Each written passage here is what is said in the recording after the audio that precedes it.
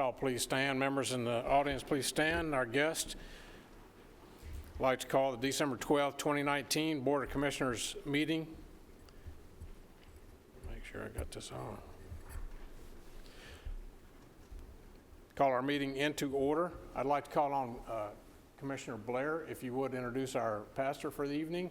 And as the pastor makes his way to the well to lead us in prayer, immediately after that, lead us in the Pledge of Allegiance to the American flag and to our state flag. Commissioner Blair, you're recognized. Thank you, Mr. Chairman. Anthony Yannis was a New York City preacher for 15 years before moving to Tennessee. He remains an active participant at his congregation, where he preaches occasionally and teaches class. For the last 8 years, Mr. Yannis has worked for the county's recovery court, currently as a therapist, specializing in substance abuse, disorder, and trauma. Brother Yannis. You're recognized, Mr. Yannis. Thank you. Let us pray. Heavenly Father, Lord, we praise you today and we thank you for blessing us with such a nation, a great state, a great county. Lord, we pray that your blessings will be upon the leaders here who are gathered in your name, that you may bless them with wisdom, with knowledge and guidance, that the decisions that they make here today will bless your people, the people of this county, Lord. Lord, help us all to be mindful of the love and mercy and kindness you have shown us, and help us to bestow that upon the people that we serve. So bless this meeting here today, Lord, and we say these things in your Son's name, Jesus Christ. Amen. Amen. Allegiance to the flag of the United States of America and to the republic for which it stands, one nation under God, indivisible, with liberty and justice for all. 3 white stars on a field of blue, God keep them strong and ever true. It is with pride and love that we salute the flag of Tennessee. May be seated. Roll call, Madam Clerk.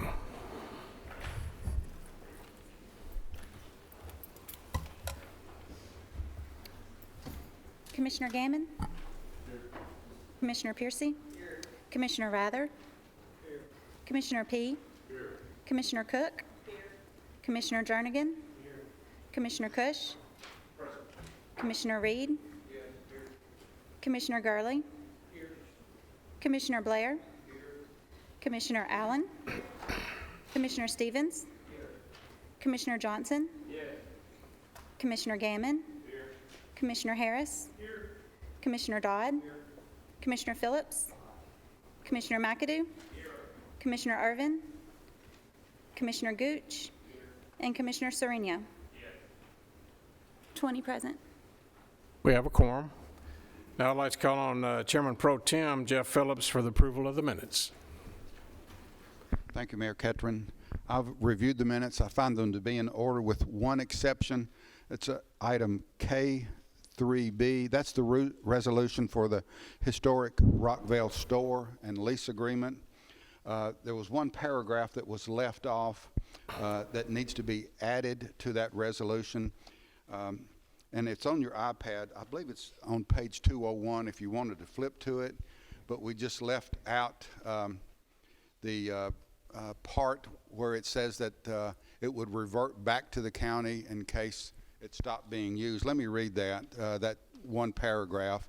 And it's, once again, it's already been added in there, and I just wanted to make that amendment because it's not on your iPad. Whereas the town of Smyrna shall use the remnant parcels. Is that that's, we're talking about a different thing, correct? Yeah, Mr. Phillips, that's almost right on. So this is referring to the resolution from the last commission meeting that dealt with the Rocky Fork school site remnant parcels. If the commission remembers, there was an amendment on the floor to place restriction and reversionary language on that transfer. And so I had to go back and amend that resolution. Unfortunately, that resolution didn't make its way, the amended resolution didn't make its way into the digest, and that's what you've got. So the one on the historic courthouse, I mean, it's historic store, has been amended and it is proper. Okay. That's done. Yes, sir. And this one deals with that resolution for down at the town of Smyrna, and this is not in the minutes that we have. The amended resolution is not in the minutes, although it was amended in past last commission meeting. So we need to add this one in to that. Let me read that. And it deals with the town of Smyrna and the remnant parcels. Whereas the town of, this is the third paragraph that will be added, whereas the town of Smyrna shall use the remnant parcels for a fire station or police annex only, and should the town of Smyrna fail to use the remnant parcels for a fire station or police annex, such remnant parcels shall revert back to the county of Rutherford. That was left out of the resolution that's on your iPad, and it needs to be added back in there. With that amendment, I move to approve the minutes. Have a motion to approve the minutes as amended. And a second. Discussion. Chairman Allen. So are we not talking about Rocky Fork again tonight, or we are? Yes, yes, ma'am, that is on the agenda. So following the last commission meeting, it was sent back to property management, to my understanding, because there was some new information related to the item. And so what we had to do is, because the county commission in fact did pass a resolution and put that reversionary language from the last meeting, we had to reflect that in the minutes. So if the county tonight does something different, it can amend the resolution that was previously adopted. And that's what's on the agenda item tonight.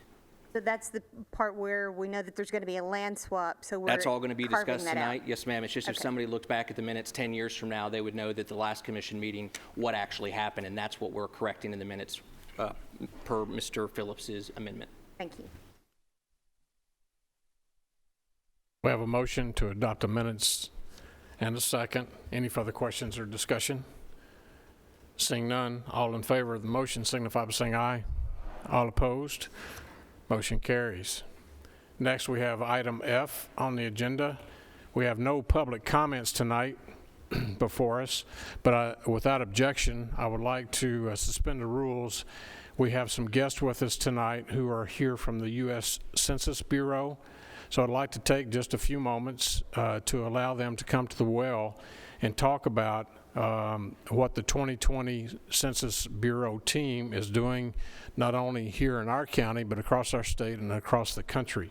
Tonight we have Gretchen Anderson and Derek Hunt.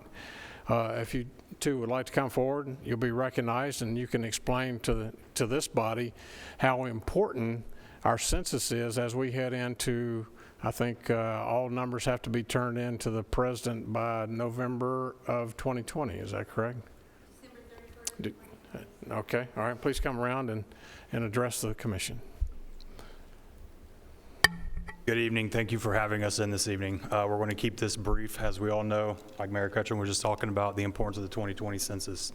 Rutherford County, it grows at exponential rate of 24 people per day, according to the Chamber of Commerce.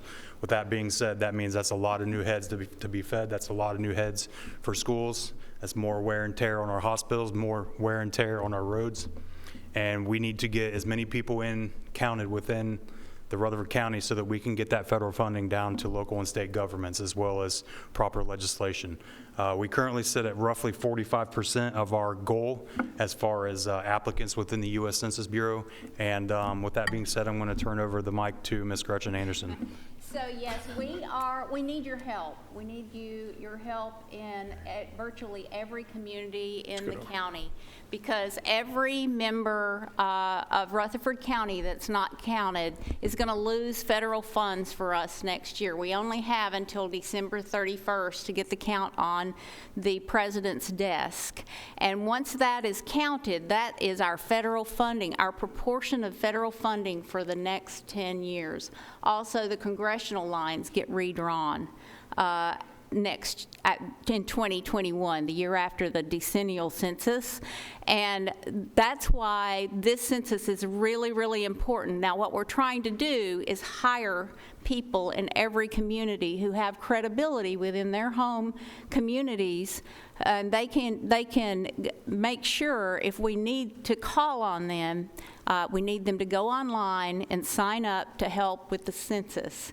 The pay is phenomenal in Rutherford County. The pay for an enumerator, for example, is $21 an hour if they get selected to help. And it's just going to be so important. We've only got 45% of the number of people signed up in Rutherford County that we need. The forms are going to be available online for the first time this year, and they come out in mid-March. So we'll have from mid-March to the end of December to get that count right, and that is so important. We could lose out on an additional congressman. We could lose federal funds if this count isn't done right. So please help us by spreading the word that we need local citizens to sign up and say, hey, Census Bureau, I'm available in my community. If you need my help, call me.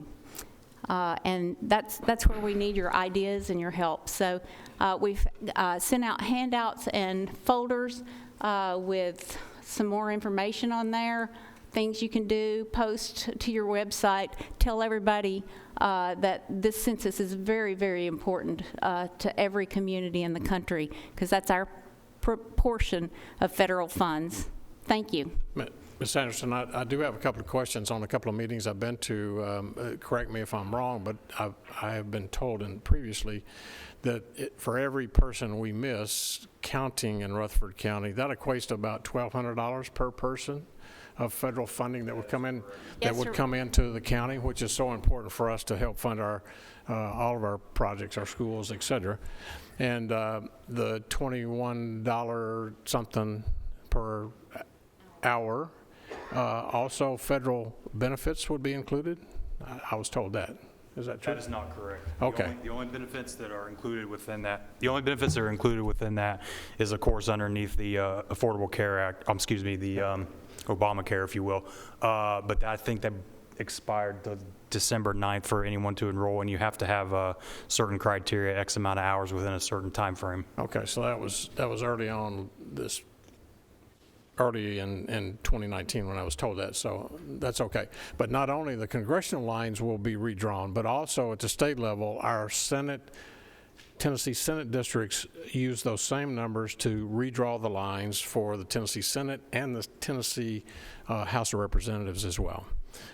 They all use those census numbers to redesign based on population of every district, starting with District 1 in Far East Tennessee all the way to Shelby County. Yes, and the proportion of that 1.2 trillion estimated dollars in federal funds.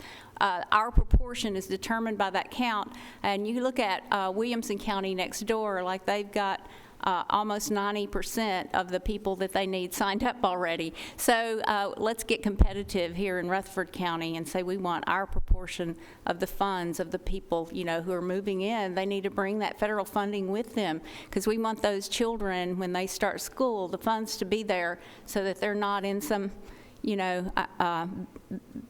a full school in a prefab building behind the school. Those funds follow those children. It's really important to get everybody on that form, and we can't do that without people in the communities signing up to help the Census Bureau. Any other questions for the U.S. Census Bureau while they're here? Hope everybody signs up. Thank you, Mayor. Thank you. Per day into Murfreesboro or to Rutherford County? To Rutherford County, according to the Chamber of Commerce. And again, with that statistical data, that goes with economic development as well, correct? We all know that Costco came in recently, broke ground a couple of months ago. Where does that data come from? It comes from the U.S. Census Bureau so that we can have economic development.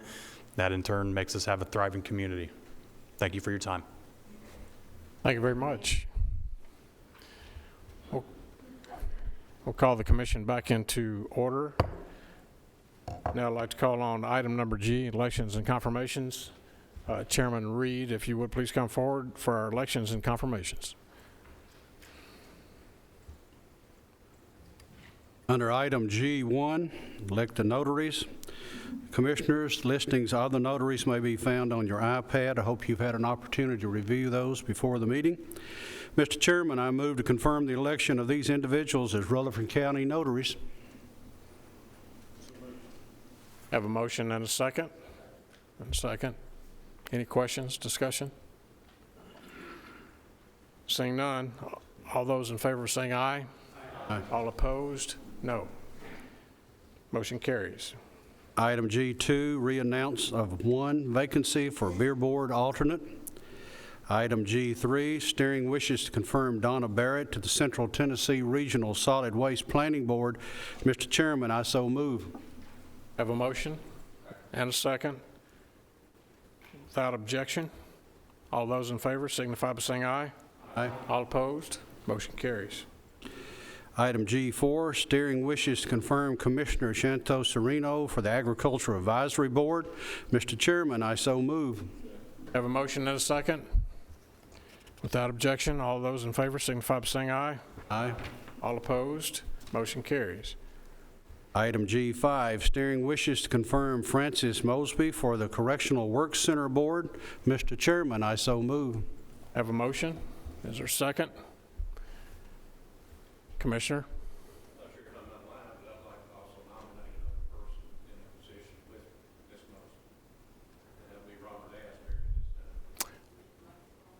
I believe, all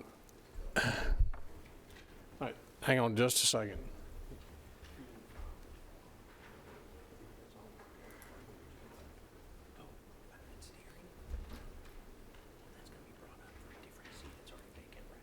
Okay. So you can nominate.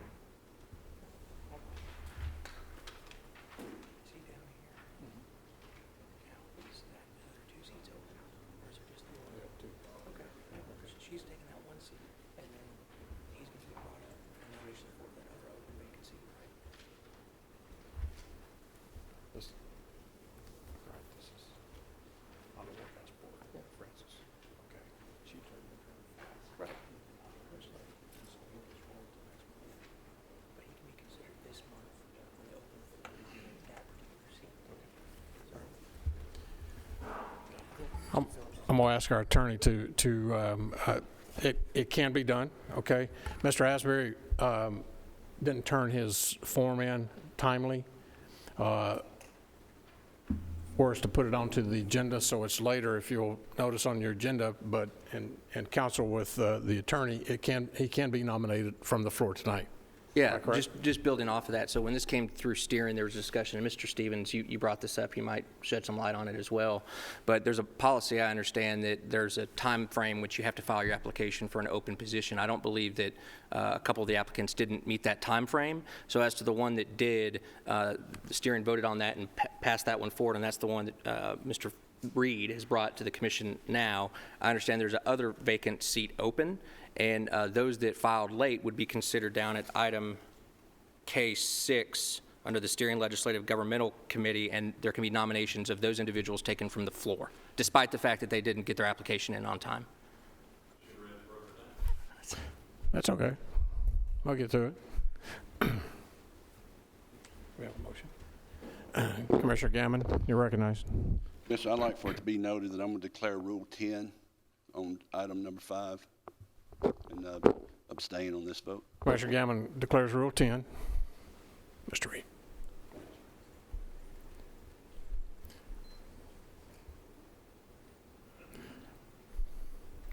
Chair will entertain a second. I need a second on his motion. Got a second on his motion. Any questions? Okay. Without objection, all those in favor? Commissioner? So are we voting on one or both?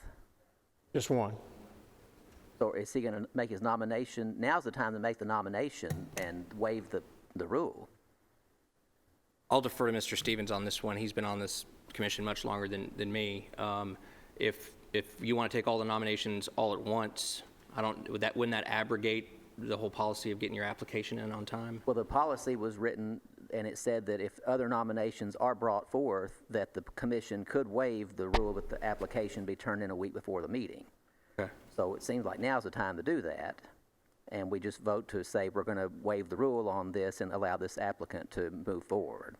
This particular applicant, Miss Frances Mosby, she got her application on time, correct? But then the second one did not. Okay, so you're taking nomination of all candidates for both seats now?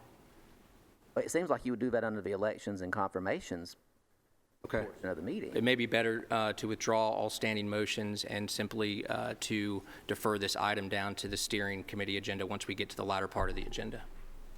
So whoever made that motion might want to withdraw it, and somebody else make a motion to defer this down to the steering committee report. Mr. Reed, I'll withdraw that motion. Mr. Jernigan, you withdraw your second? Okay. Motion to defer it. Motion to defer later in the agenda on the steering committee. Commissioner Reed, you're recognized. Item G6, announce 5 vacancies for a Public Building Authority Board. They are Jimmy Davis, Blake Smith, Jim Bailey, Stan Vaught, and Dal Smith. Terms are to expire January 2020. Mr. Chairman, this concludes this business of elections and confirmations. Mr. Dal Smith's term will expire January of 2022. Next, members, item number H, resolution to approve consent agenda.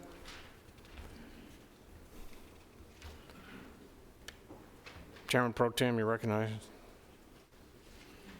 Ketron, I've reviewed the agenda, the consent agenda. I find all the items appropriate and move that the consent agenda be approved as presented.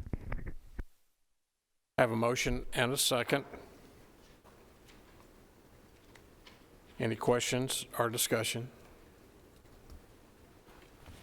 We're on to board members. If you would, please cast your vote.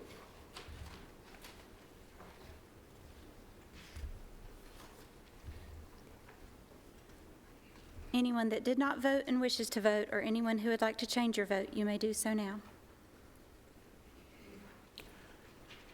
Record the vote, Madam Clerk. 20 yes, motion passes. Motion passes. Thank you very much.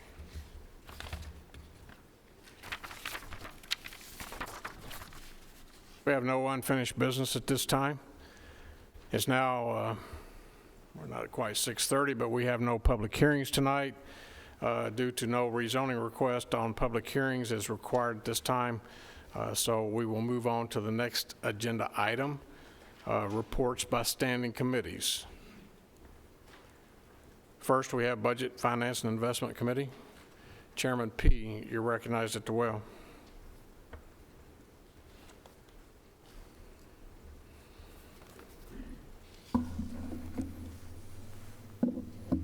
Well, hopefully things will go quickly tonight.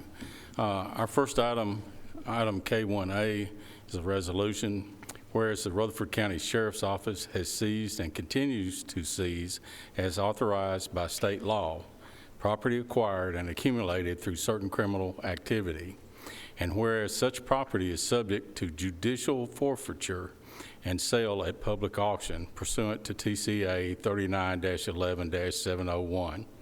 And whereas pursuant to TCA 39-11-701, if the agency that seized the property is a county law enforcement agency, TCA 39-11-713 authorizes the county to receive an amount of the proceeds as a result of judicial forfeiture, provided the county's governing body has ratified Title 39, Chapter 11, Part 7 of the Tennessee Code, and has authorized the county to receive such funds and has designated how such funds are to be distributed.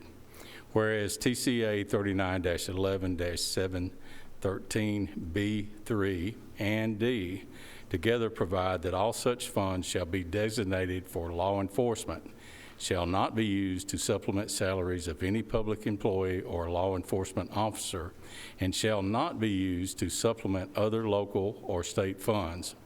And whereas it is in the best interest of the citizens and residents of Rutherford County to ratify Title 39, Chapter 11, Part 7 of the Tennessee Code to provide for the acceptance and distribution of any forfeited funds pursuant to judicial forfeiture under TCA 39-11-701. Now therefore be it resolved by the Rutherford County Board of Commissioners that Title 39, Chapter 11, Part 7 is hereby ratified and adopted in its entirety, that the Rutherford County Sheriff, on behalf of Rutherford County, is hereby authorized to accept any proceeds and profits resulting from criminal activity seized by the Rutherford County Sheriff's Office and subsequently forfeited and awarded to the Rutherford County pursuant to TCA 39-11-701. Be it further resolved that all funds accepted by Rutherford County shall be accounted for in an account or accounts specifically designed exclusively for law enforcement. Such funds shall be administered in keeping with the accounting procedures prescribed by the Tennessee Comptroller of the Treasury. Be it further resolved that any funds accepted by Rutherford County pursuant to this section shall be used exclusively for law enforcement, provided, however, that no such funds shall be used to supplement the salaries of any public employee or law enforcement officer, or be used to supplement other local or state funds. Resolved this 12th day of December 2019. Mr. Chairman, I so move. I have a motion and a second. Any questions or discussion? Commissioner Rather, welcome back. Thank you. Sir. Kind of nitpicky, but things like this kind of drive me nuts. In the fourth paragraph, last sentence, I think it's got the word supplant instead of supplement. Is that correct? Or plant. Okay, all right. I didn't know if that was misspelled or not. This is in two different places. Other questions or discussion? The only thing I'd like to add, Mr. Chairman, is for the viewing public, you know, our committees have seen this, but, you know, we've all heard horror stories about governments or the local law enforcement seizing people's money, and that shouldn't have been seized. And just to make everybody very clear on this, the only way that we receive any funds is this goes to court and is awarded by our judge or the judge that's overseeing this particular item. This is not something we can just stop you on the road, take cash away from you and not get it back. It has to go in front of a judge. And in most cases, that will be with the jury too. And we just wanted to be clear on that. Thank you. Any other comments or questions? Members will be on the board. Please cast your vote.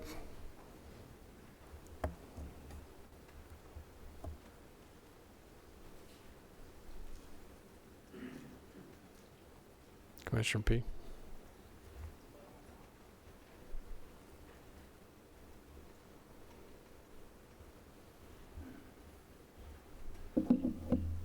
Anyone that did not vote and wishes to vote, or anyone who would like to change your vote, you may do so now. Record the vote, Madam Clerk. 20 yes, motion passes. Motion passes. Item B. All right, item K1B, whereas Rutherford County entered into a certain communication system and service agreement with Motorola Solutions to upgrade its communication system to digital technology in June of 2019. And whereas Rutherford County desires to enter into a maintenance support and software upgrade agreement addendum with attached service agreement, maintenance and software upgrade addendum to provide for maintenance and support services to the system equipment as needed to make upgrades to the software every 2 years. And whereas the maintenance and software upgrade addendum is at a cost of $4,090,467.47 over a 10-year period of July the 1st, 2021 through June 30th, 2031, with payments made equally in the amount of $454,496.39 over the last 9 years of the agreement, with the first year being a warranty year. And whereas the maintenance and software upgrade addendum is subject to an inflationary cost adjustment as contains therein, providing Motorola Solutions a right to renegotiate the cost for future years should the consumer price index exceed an average greater than 7.5% over the previous year.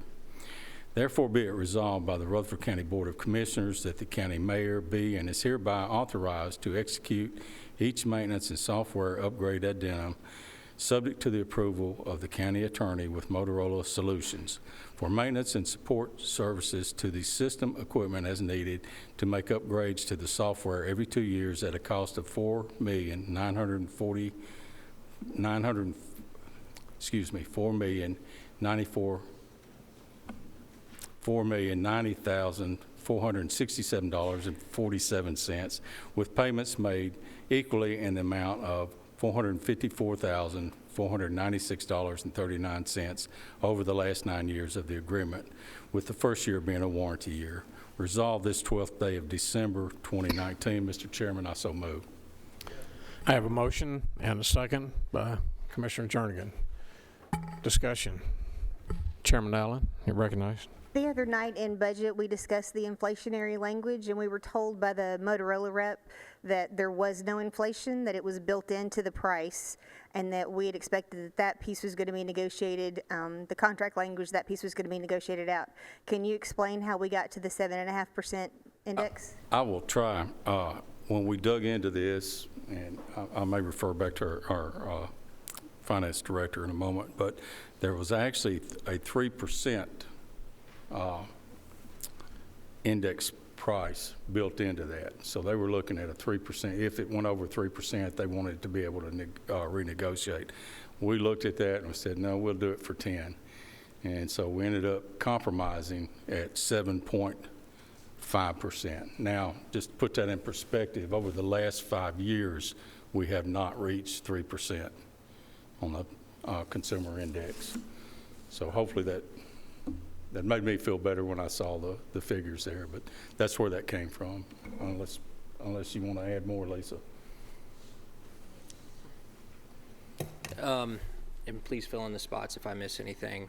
So the way I understand this to work is Motorola does not have the right under the agreement to increase the cost of the services in excessive years unless the previous year's inflationary rate, as determined by the Consumer Price Index, exceeds 7.5%. So that is likely not going to happen unless there's some economic issue. But in negotiating with the Motorola Council, that was kind of the deal that was struck. They wanted 3%. As Mr. P noted, we came back with 10, and they said that they couldn't do that, and so 7.5% is what they wanted us to bring to you tonight. Commissioner Gurley. I'd just like to say, if we have a year where the consumer price index exceeds 7.5%, we're all in trouble.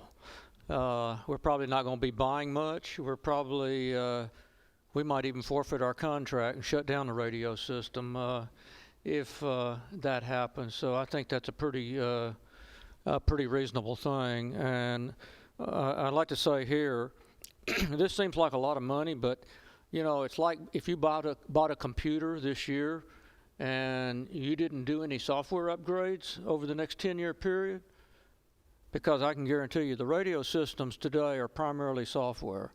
So if we don't do software upgrades and keep our system current, then it's going to be kind of like, you know, a computer you bought in 10 years ago and you haven't touched it except to use it.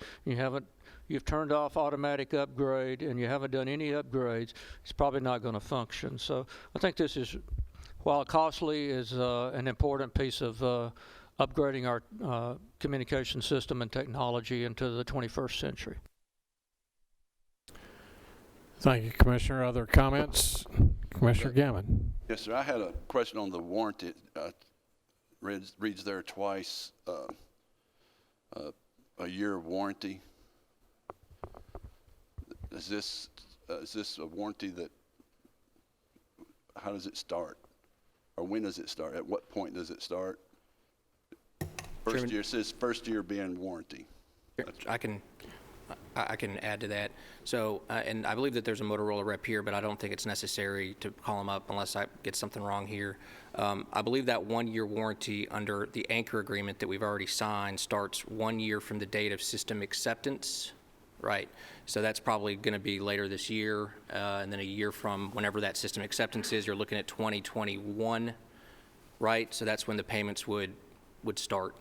That's correct. Other questions, discussion? Only other comment I might make, we're actually getting this a little bit early, and because this is early, and if we do approve this now, we're going to be saving approximately $9,000 a month on that cost. So just so you're aware that folks on budget heard that the other night, so. Thank you. Chairman P., other questions, discussion? Okay, you ready to vote? We're on the board, members. Please cast your vote.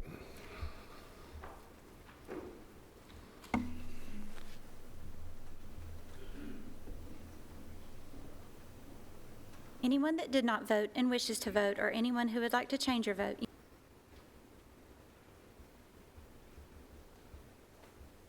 Record the vote, Madam Clerk.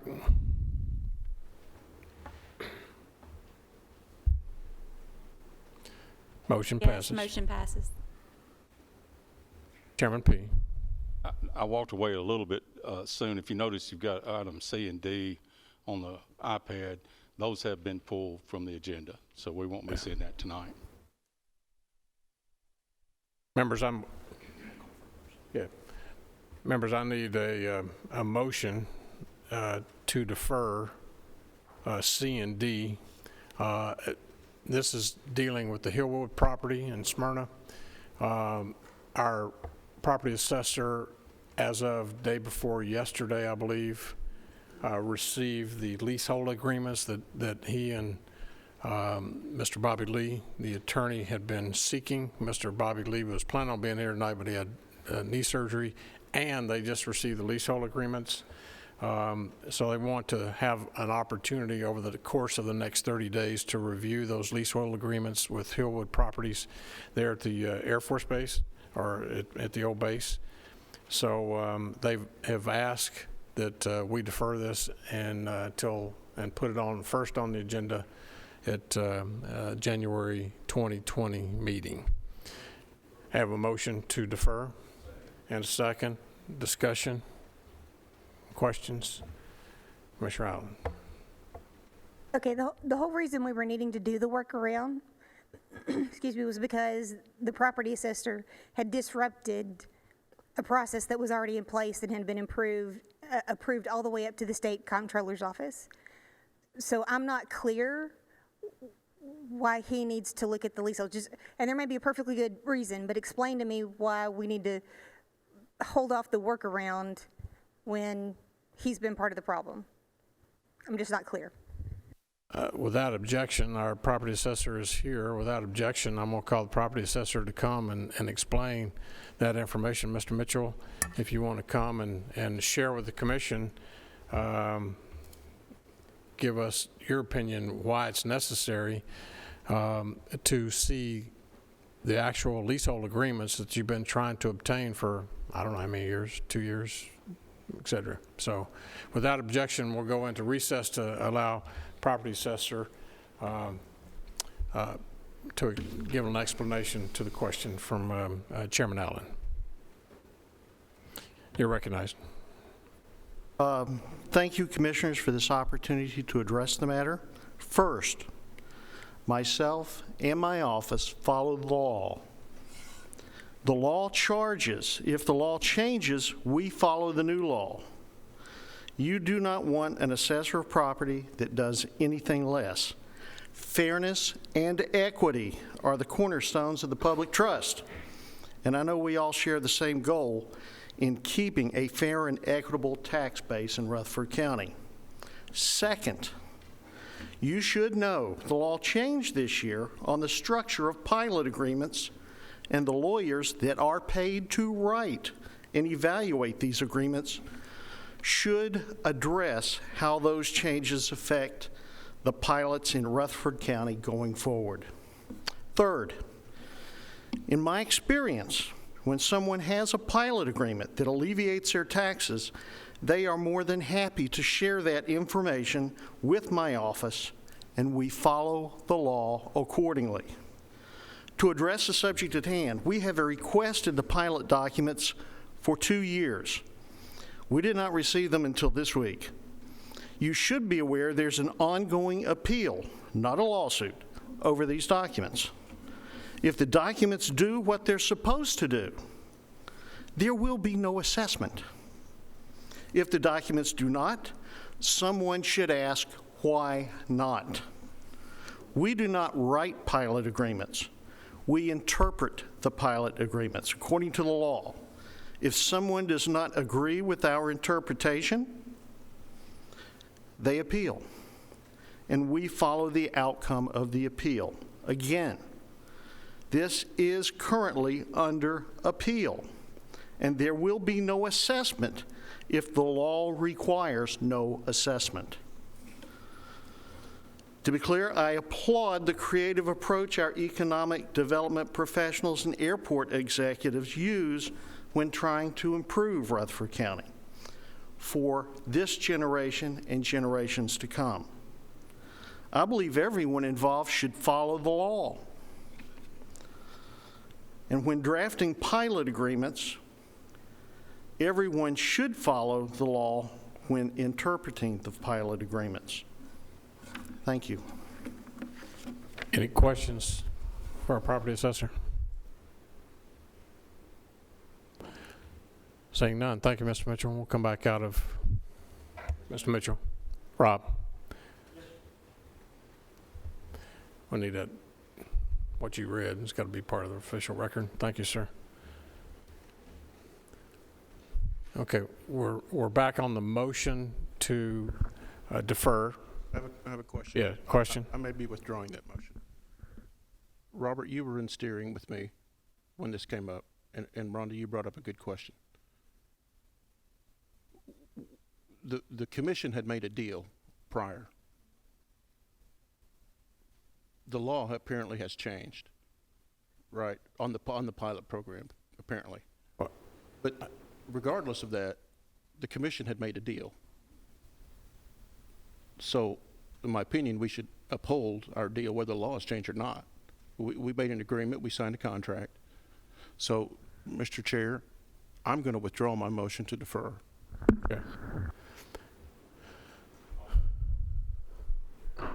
Have a motion to defer. Well, you're still on as a second, okay? You seconded the first one, so Commissioner Cush withdrew, and now you're second on Chairman P's motion. We're back now open for any discussion on this motion. Commissioner P. The reason I made that motion is I'm not trying to override what the county's done. Don't take that that way. He has requested some information out of fairness. I want him to be able to assess this information. What we may find out is he's going to turn around and say, hey, everything's as it should be, and we won't see this again. But I think in all fairness, he needs an opportunity to look at the information he's asked for. And that's all I'm asking is let it be deferred for 30 days. We may end up with the exact same agreement that we had originally, but this gives him a fair opportunity to look at it. Mm-hmm. Discussion on the motion to defer. Commissioner Allen. Based on the information that I was given by Attorney Reed, who is our county attorney and is also one of our county attorneys and also the attorney for the airport authority, he assured me that the property assessor has been involved in these conversations all along the way. And it had only become recently that this has become problematic for him. The timing is ironic that it coincides with an election run, I think. So my point is, this workaround was created so that the IDB and this county can continue to make deals that this commission will always approve and authorize, and they will be honored. And so I encourage you to not vote to defer this issue and to not, because we're talking about legal and fairness, et cetera. We are only going to do what's legal, and we have been abundantly fair. It is unfair to negotiate in good faith with folks and then not honor the deal that you promised them. So I'm going to encourage you to not vote to defer this. I want it heard tonight. I want to vote on it tonight, and I want to be done with it. And I hope I can persuade you to do the same, at least 10 more of you. Commissioner Gurley on the motion. I don't know why anyone would want to vote on something that, well, we signed off on it, but it might not be lawful. So I would give the benefit of the doubt. Let's find out. You just brought up a point, Commissioner. If Mr. Reed is attorney for both the airport authority and is doing work for the county, to me, that seems like a conflict of interest. I know, but the airport authority is a separate entity, even though the county is part owner. So to me, you know, you've got the same attorney advising both sides. So that's an issue that you just brought up. I wasn't aware of, but that's a very interesting issue right there. If we have the same attorney working on for two sides, that not necessarily, although in general we're together on the thing, but not necessarily on all points. So it just seems to me somewhat of a conflict that we have the same attorney working for both sides. So to me, let's defer this. Let's find out what's going on, and you know, go from there. Next 30 days later, we can vote on it. Other comments, questions? Commissioner Stevens. Thank you, Mr. Chairman. My understanding is that this agreement applies to all future pilots, not just the one we're talking about at hand. Is that correct? There was a law passed at the end of session in 2018 in General Assembly. So anything from last spring, before they Sonny died, affects all future pilots, and this would not affect this. So it's my understanding that, am I correct, Mr. Mitchell, that this is only for this 2 or 3 year period. So anything going forward is exempt. Oh, okay. I just remember at one of our meetings, somebody brought up that it would cover all future problems like this. That's what we were told. And I don't know who's right and who's not, but. Mr. Christensen, we correct, do you have a copy of that Just give me 1 minute, please. new code?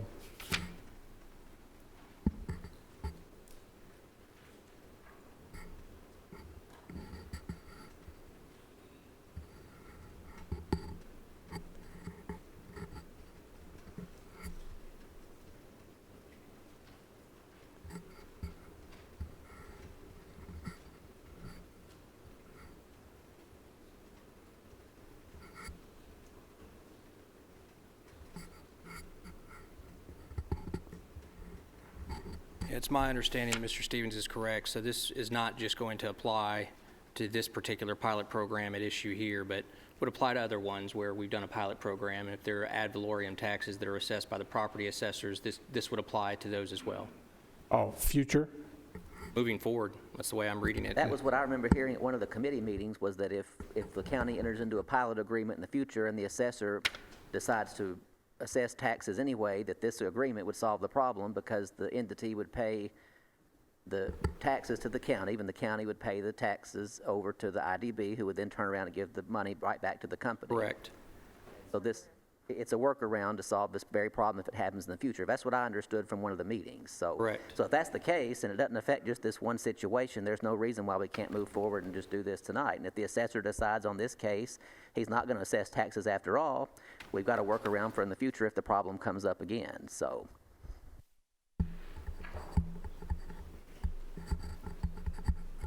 Other comments?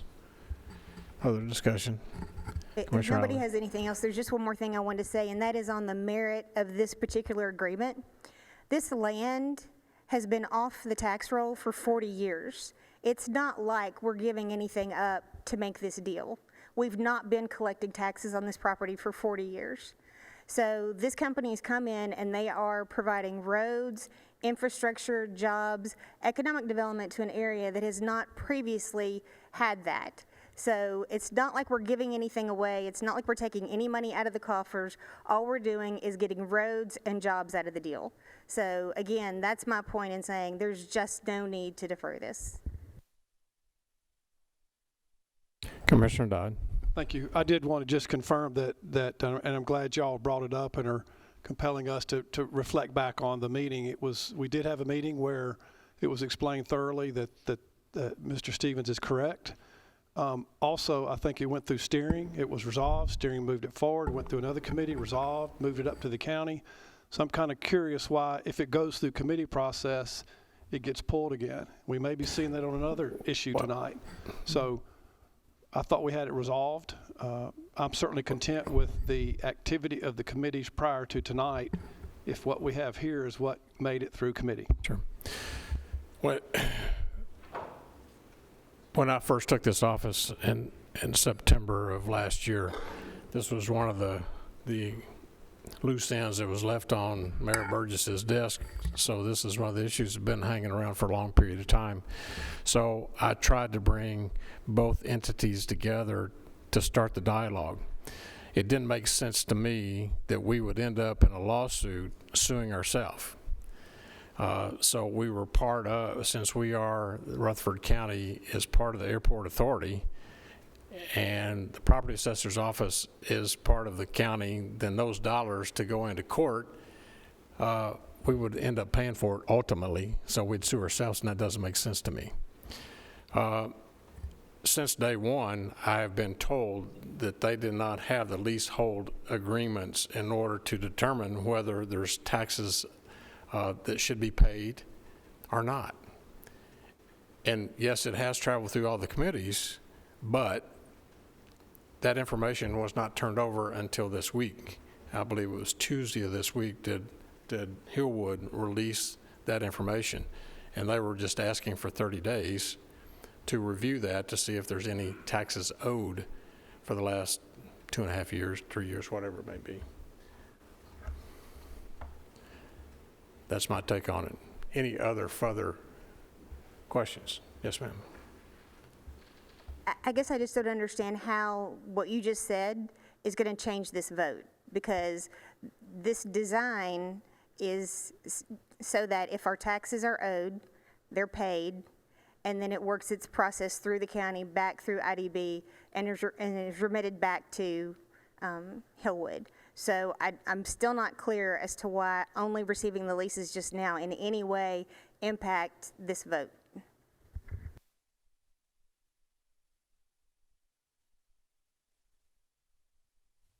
Lisa, you have any comments? The only thing that I understand that it would, whether it would change your vote or not, is that at the end of the review, there might be zero tax owed. Which means we wouldn't have to do anything. I mean, there wouldn't be any taxes owed. There wouldn't be any money coming to us. There's no need for the workaround. From what I understand, with this new law change, it's any pilots that happen similar to that, it takes it into consideration. So then you wouldn't even need this agreement, that contribution agreement. So the problem with not doing this means that even though if this one is examined and no taxes are due, is the next deal in jeopardy? Or you're saying that your understanding is with the new law, the next deal's not going to be in jeopardy? Because my concern is having an insurance policy for the IDB to negotiate in good faith. I'd really rather not be getting the information from the property assessor. I'd rather that we have our own information. Well, I think you would need attorneys. Looks like Mr. Mitchell wants to answer that question. Without objection, Mr. Mitchell, if you would, please come back up. Without objection, we'll go into recess to hear a comment from the property assessor. Mr. Mitchell, you're recognized. Thank you. We do not have the authority to not assess.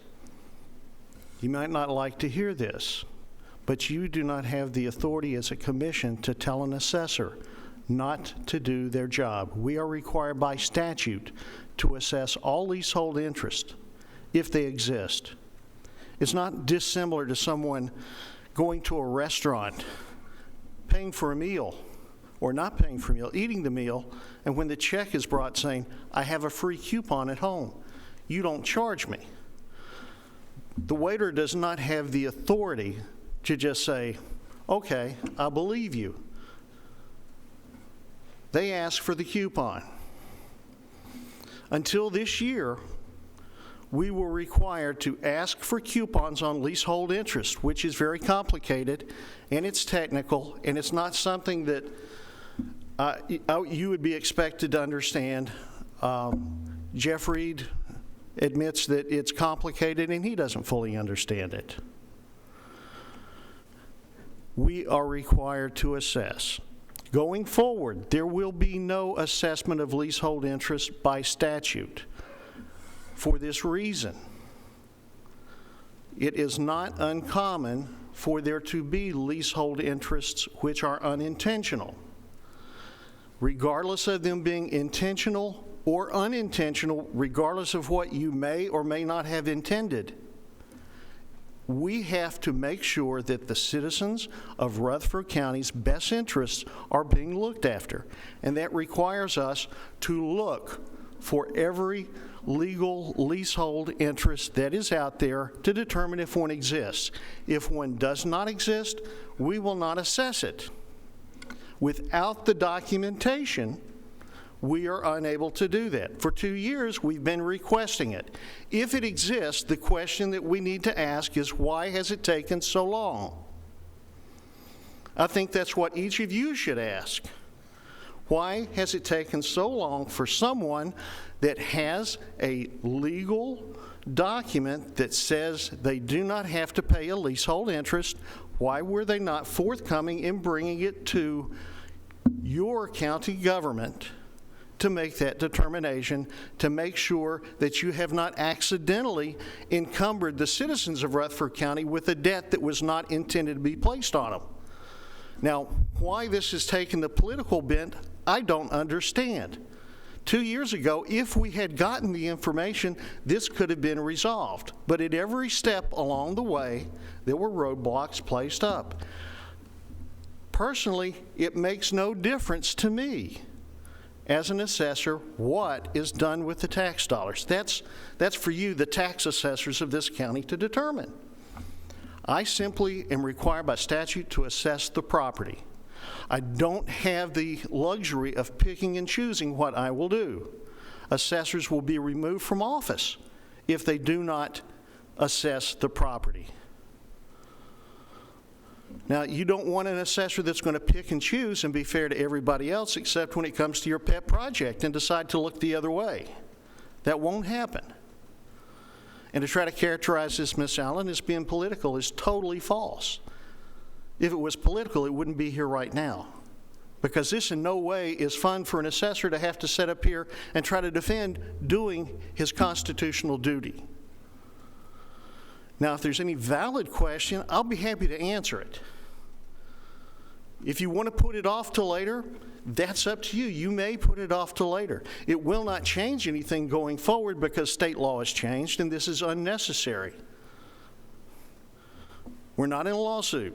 We would never be in a lawsuit. This is simply an administrative appeal, and we have hundreds of them. Hundreds. This is an uncommon situation because we have an entity that has refused repeatedly to provide the information and the documentation that we are required by statute to review. We don't have the luxury of saying, I don't want to do this. I don't want to look at that paper, so go ahead. The citizens of Rutherford County do not want, I do not believe, the county commission to buy a pig in a poke.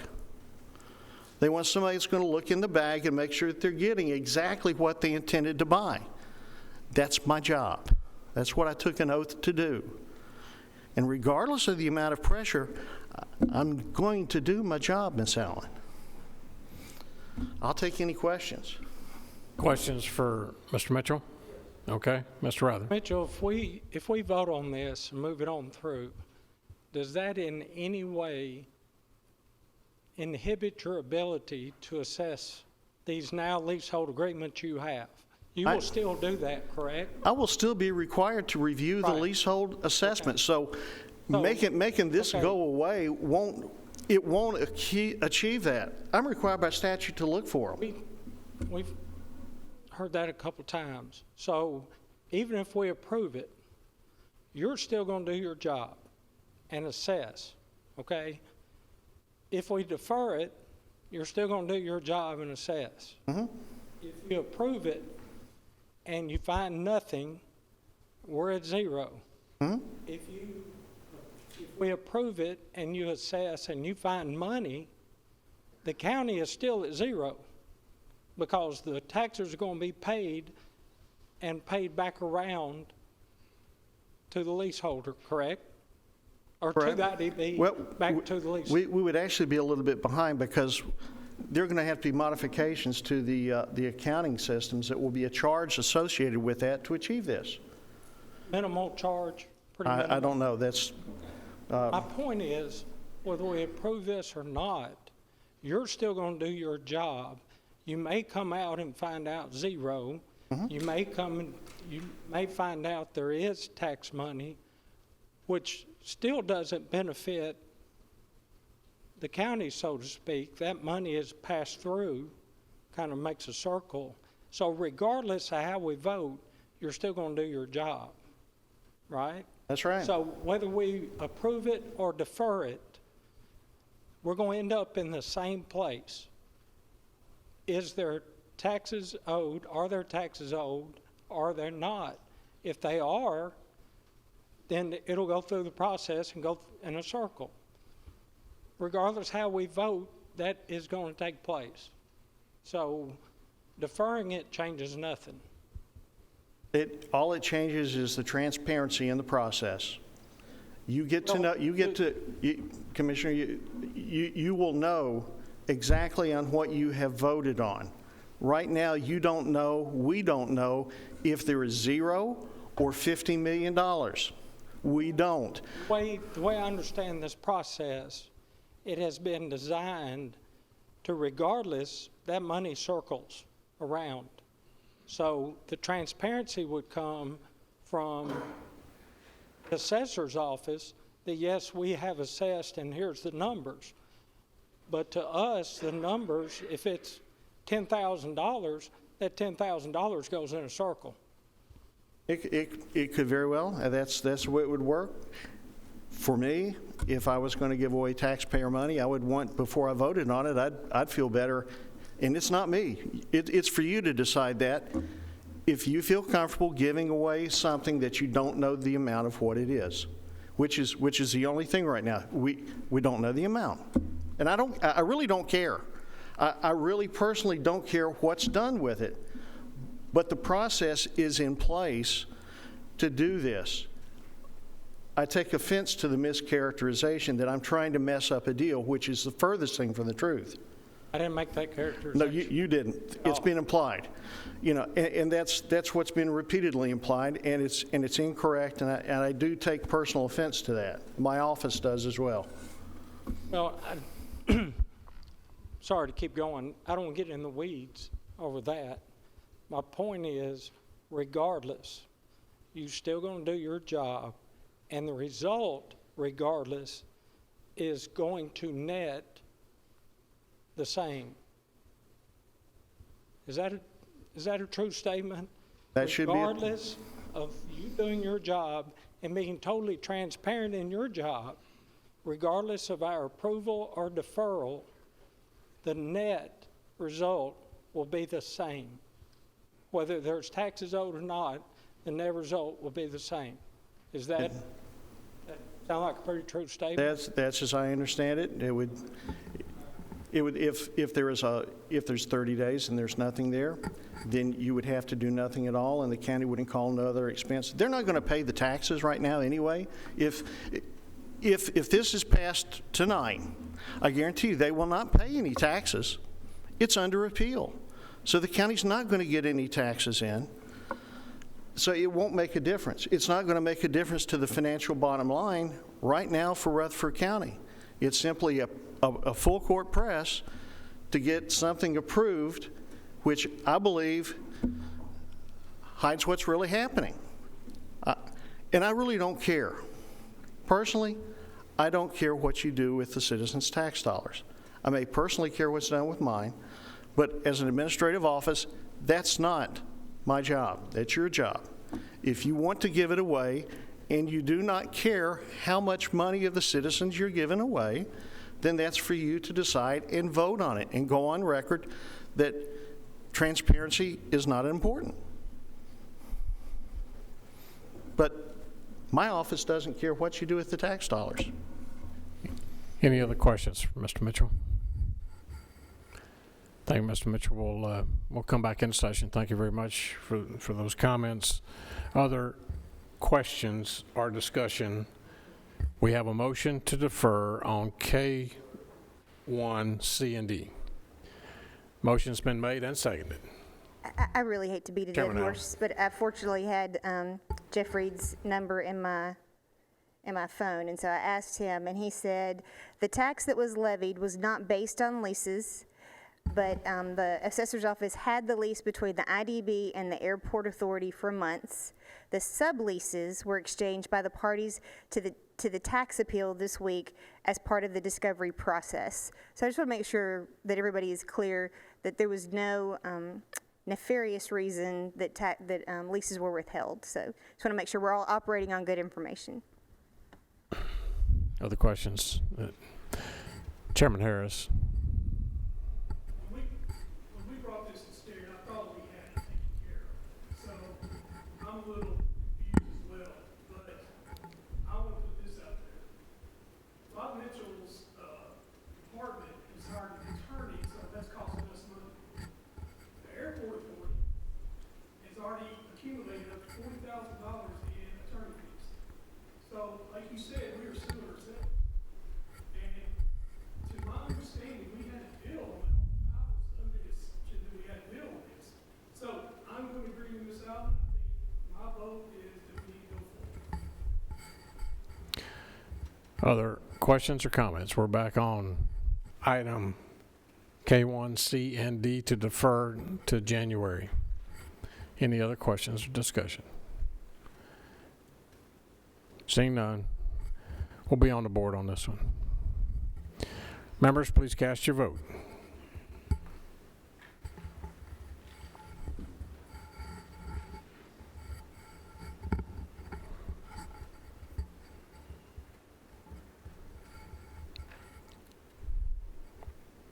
Shanto?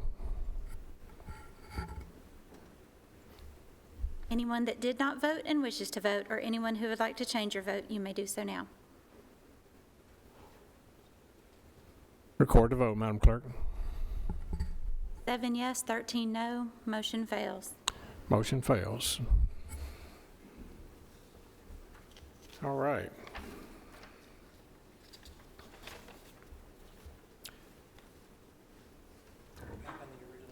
We're back on the original motion. Chairman? Yes, sir. Items C and D. Since I assumed that this would not be coming up, I didn't practice reading it, so I may stumble quite a bit. Okay, this is, let me make sure I'm on the right page here. Item K1C, and by the time I get through reading, you'll probably wish that we had deferred here, but resolution authorizing the execution and delivery of a contribution agreement with the Industrial Development Board of Rutherford County, Tennessee. Whereas Rutherford County, Tennessee, the county is virtually interested in promoting economic development within its boundaries, and whereas pursuant to Chapter 7, Title 53 of the Tennessee Code Annotated, the county created the Industrial Development Board of Rutherford County, Tennessee, and the board for the purpose of exercising all powers granted to an industrial development corporation under Title 7, Chapter 53 of the Tennessee Code Annotated, in parentheses, the IDB Act.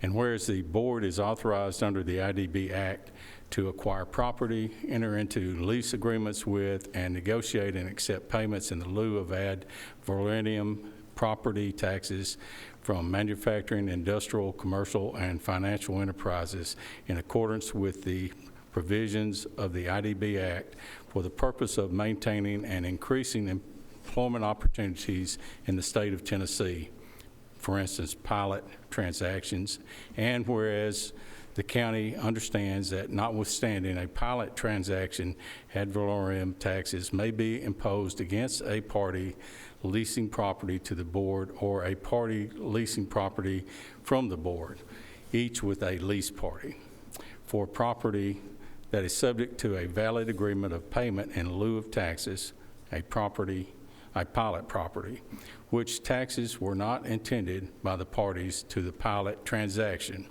And whereas the county is authorized by law and desires to enter into an agreement in substantially the form attached hereto as Exhibit A, the contribution agreement, to preserve the express terms and intent of negotiated agreements between the parties to pilot transactions, to allow businesses subject to pilot transactions to continue to create jobs and attract tenants, and to preserve and enhance the reputation of the county as an attractive community in which to do business. And whereas it appears to the County Commission of Rutherford County, Tennessee, that the contribution agreement is or will be in the due form, and that the execution, delivery, and implementation thereof will be necessary and advantageous to the county and furthering the public interest.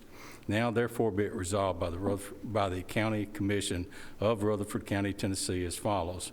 1, the preamble hereto is hereby incorporated herein by this reference as finding of the County Commission.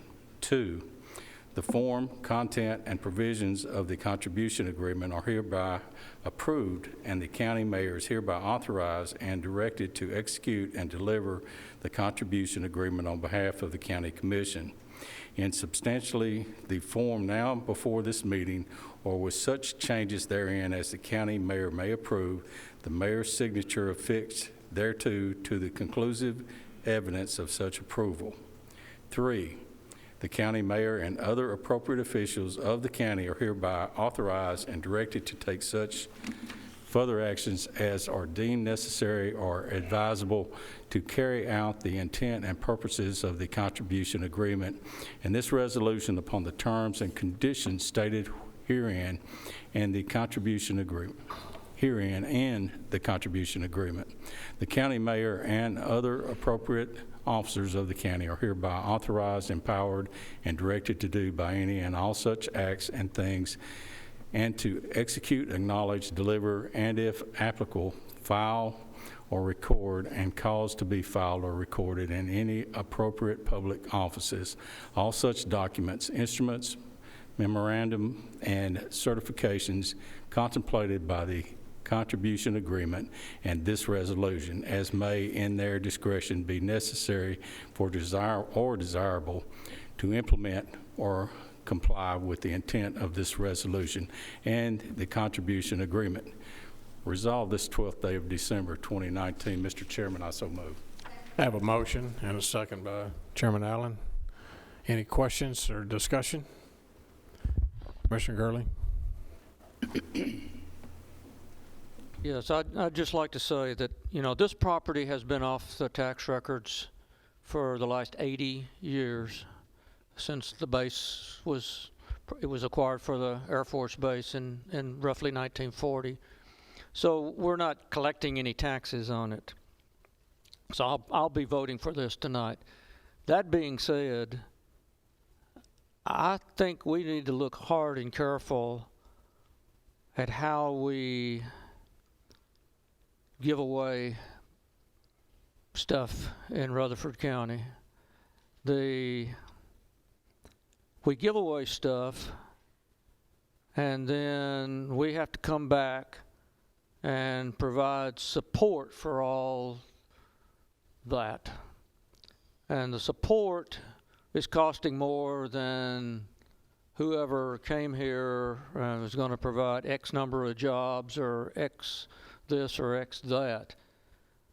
And who's bearing that? It's your constituents, the property taxpayers of Rutherford County, who's picking that up. So I think, the IDB doesn't answer to the taxpayers. You and I answer to the taxpayers. The Airport Authority is an appointed board. It doesn't answer to the taxpayers. You and I answer to the taxpayers.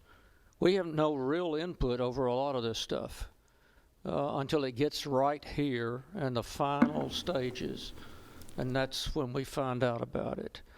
So I urge each and one of you to give some thought on how we can better do business, how we can better configure things, and so on going forward, because otherwise we're just going to keep raising taxes on the current citizens of Rutherford County. Other comments or discussion? Chairman P., you recognize. Just to make a quick comment on, how we're spending our tax dollars or giving away free money here. That's not the case. First of all, this board, the county commission, appoints the ID board members. If they're not going the direction we want them to go, we don't reappoint them. And that has happened in the past.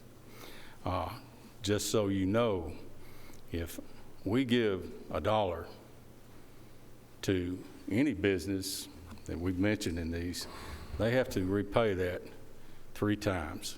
So I'm going to loan Jeff $1. Because of that, you're going to have to pay me $3. That's the agreement. That's the agreement we're making with the tax dollars. As Commissioner Gurley pointed out, these particular properties have not been on the tax rolls. So this is actually a gain for Rutherford County all the way around, in my opinion. Now, I voted to defer this. I don't have a problem with it going on. I also had a problem with an agreement we had made not being honored. I understand that, but I also understand that the law changes. I just wanted to give us a chance to sit back and look. It is not going to make any difference as far as revenues, whether we pass this now or we wait for a month and pass it.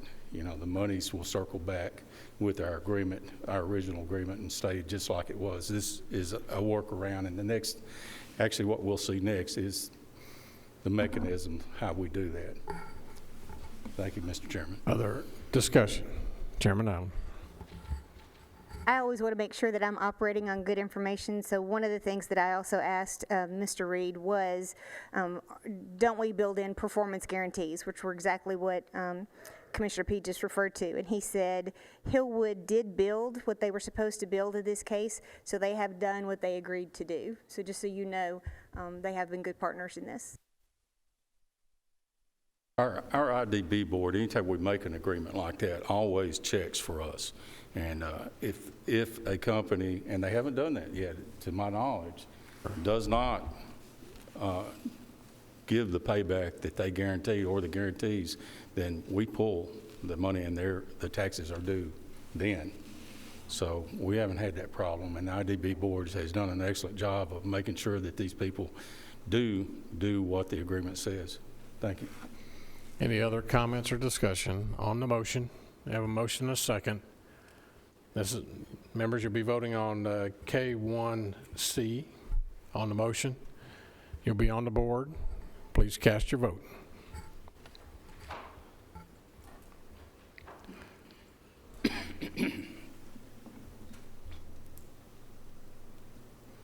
Anyone that did not vote and wishes to vote, or anyone who would like to change your vote, you may do so now. Madam Clerk, record the vote. 20 yes, motion passes. Chairman P. Okay, our next item is K1D, and this is actually the mechanism how we'll make this work. And as I said, I hadn't read through this, so I'll stumble along.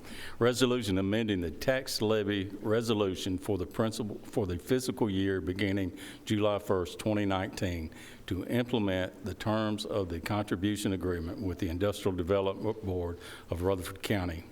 Whereas the Board of Commissioners of Rutherford County, Tennessee, assembled in regular session on the 26th day of June 2019 and adopted the resolution authorizing the tax levy of Rutherford County, Tennessee for the fiscal year beginning July 1st, 2019, and the 2019 tax levy resolution. And whereas the Board of Commissioners of Rutherford County, Tennessee has determined that the 2019 tax levy resolution should be amended to implement the terms of the contribution agreement the Industrial Development Board of Rutherford County had approved by the Board of Commissioners of Rutherford County, Tennessee. assembled in Rutherford in regular session on the 12th day of December 2019. Now therefore, Section 1, be it resolved by the Board of Commissioners of Rutherford County, Tennessee, that the 2019 tax levy resolution is hereby amended by inserting the following as a new Section 8 and renumbering the subsequent sections accordingly.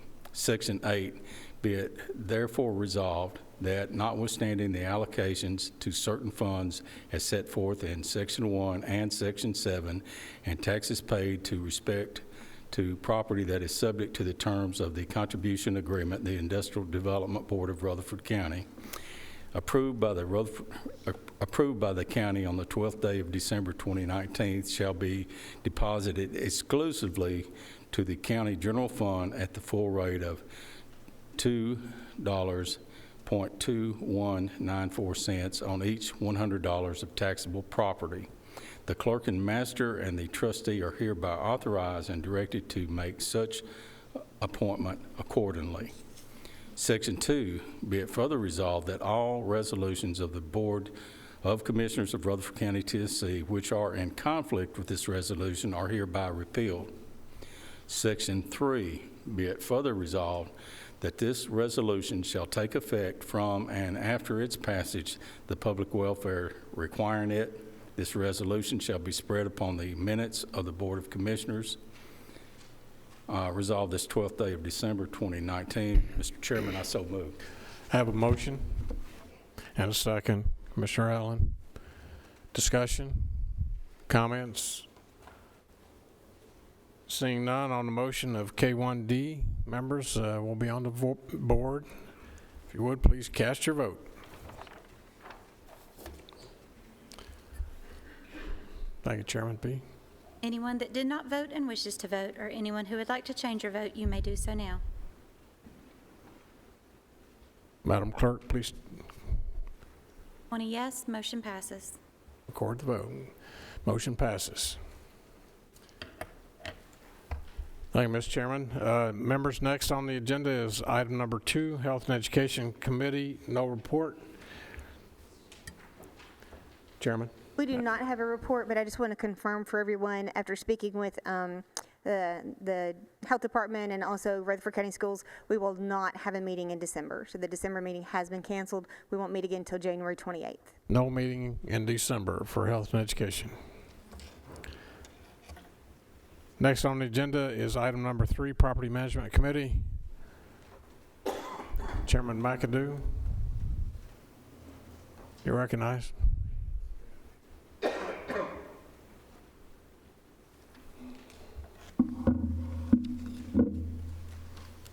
We have 3 items tonight on the Property Management Committee.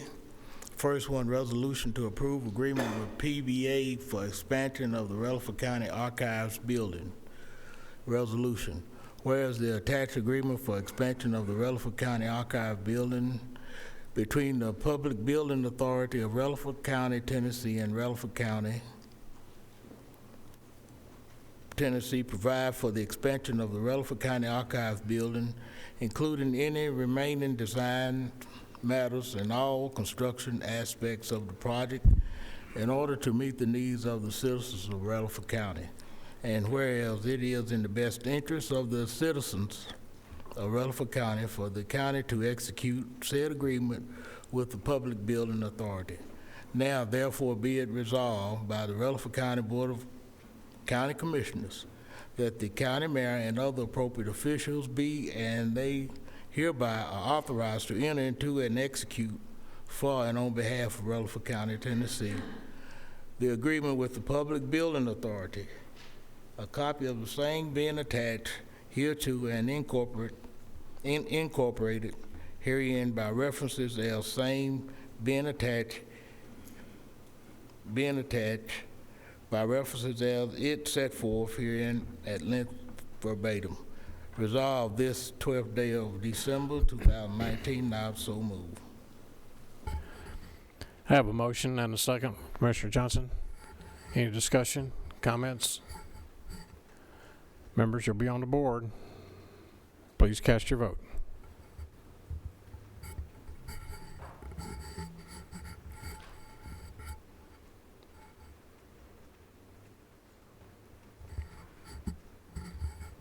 Anyone that did not vote and wishes to vote, or anyone who would like to change your vote, you may do so now.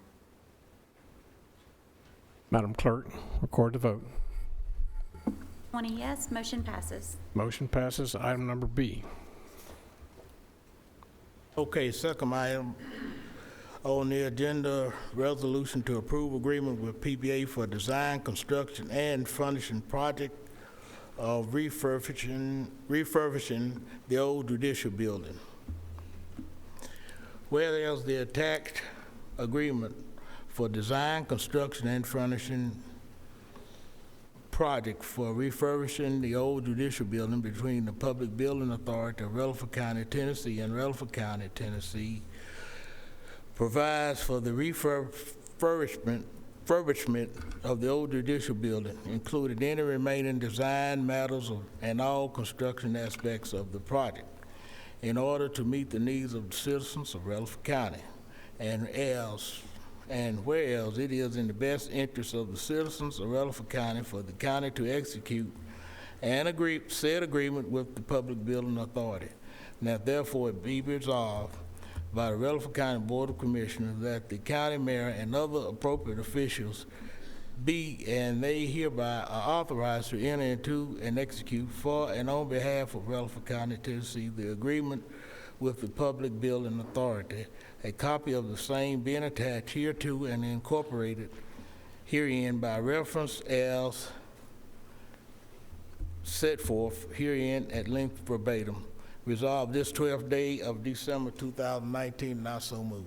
Have a motion and a second. Commissioner Johnson on the second. Any questions, discussion?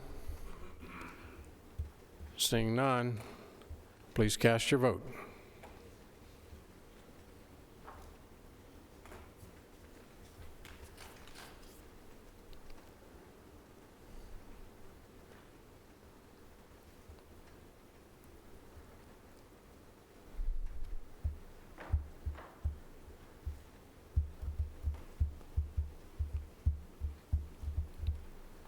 Anyone that did not vote and wishes to vote, or anyone who would like to change your vote, you may do so now. Madam Clerk, record the vote.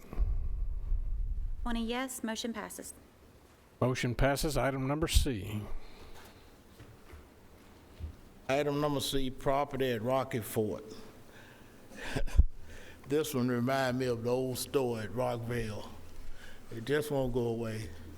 It took 2 years to get that resolved, and now apparently it's going to take 2 years to get this one resolved. But anyway, we're bringing it back, and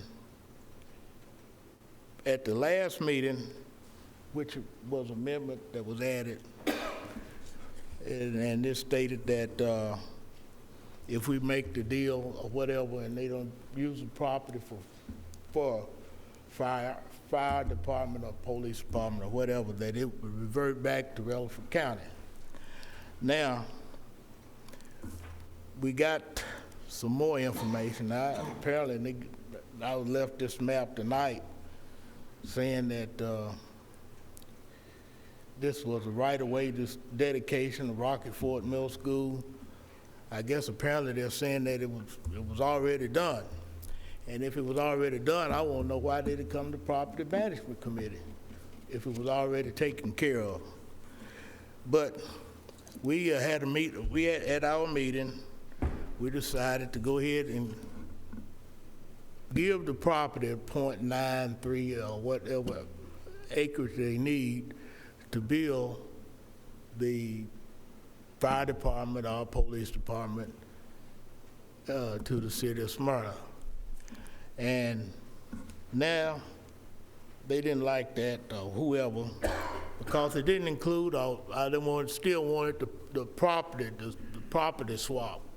In other words, they wanted the county to give up properties to the city of Smyrna for whatever reason, so they can make some deals of, I guess, to the developer or right-of-ways or whatever. And it was brought to our attention that it's only one way in to this school, and then they need turn lanes and so on and so forth.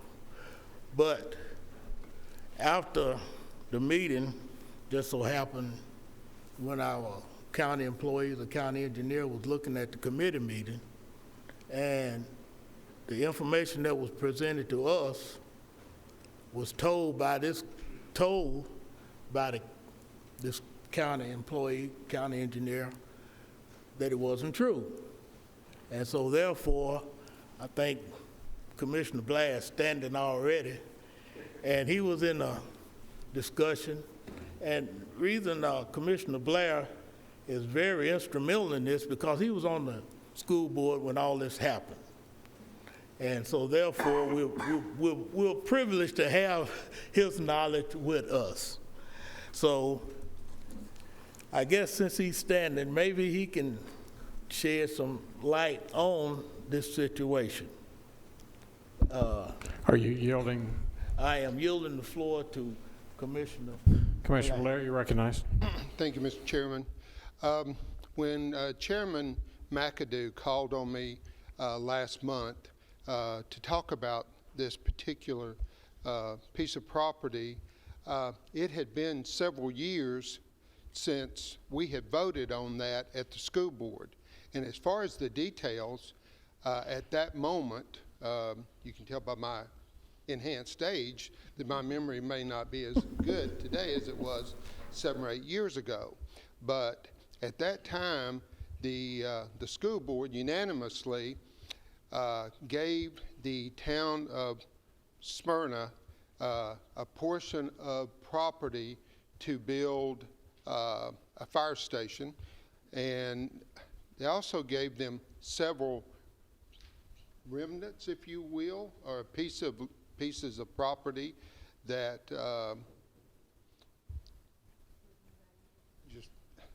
they didn't.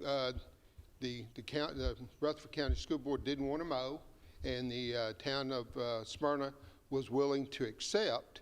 I have traveled here the last day or two, and I've looked at everything in question.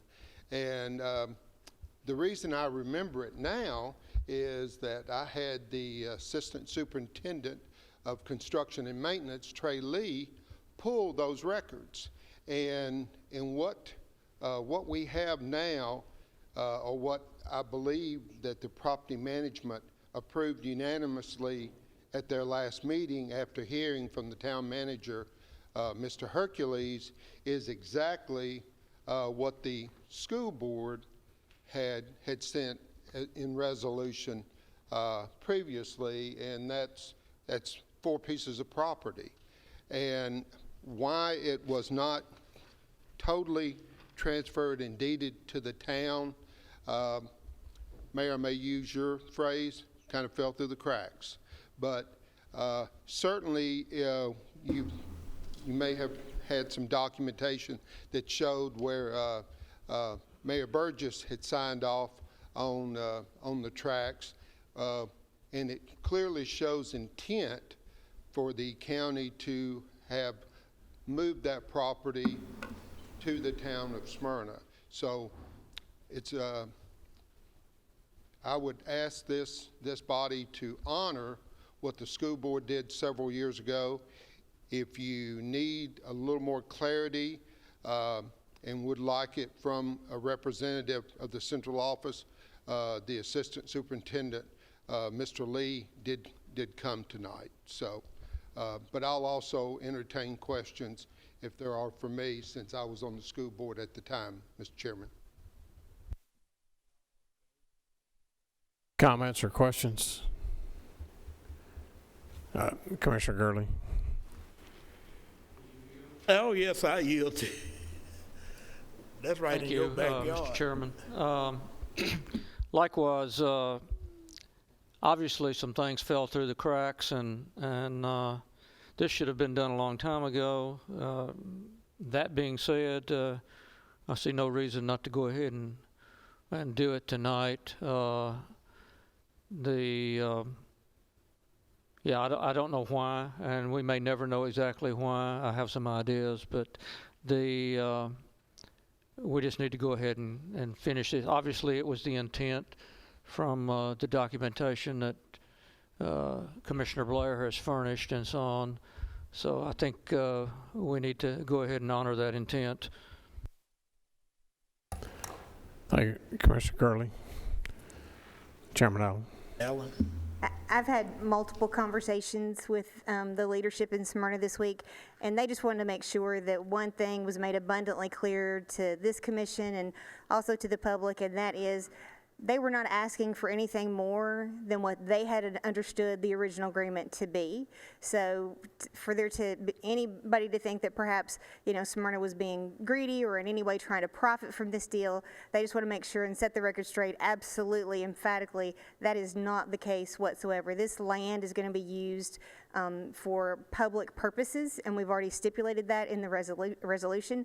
The only portion that we need to change with that is, and again, Mr. Hercules was very clear about this, there will be a land swap to square up a piece of property.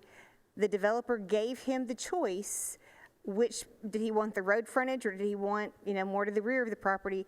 Because of how he needed to move the apparatuses around, he chose the rear location. So this is all for the advantage and betterment of Rutherford County citizens who happen to live in Smyrna. Other comments? I would just like to make a few comments.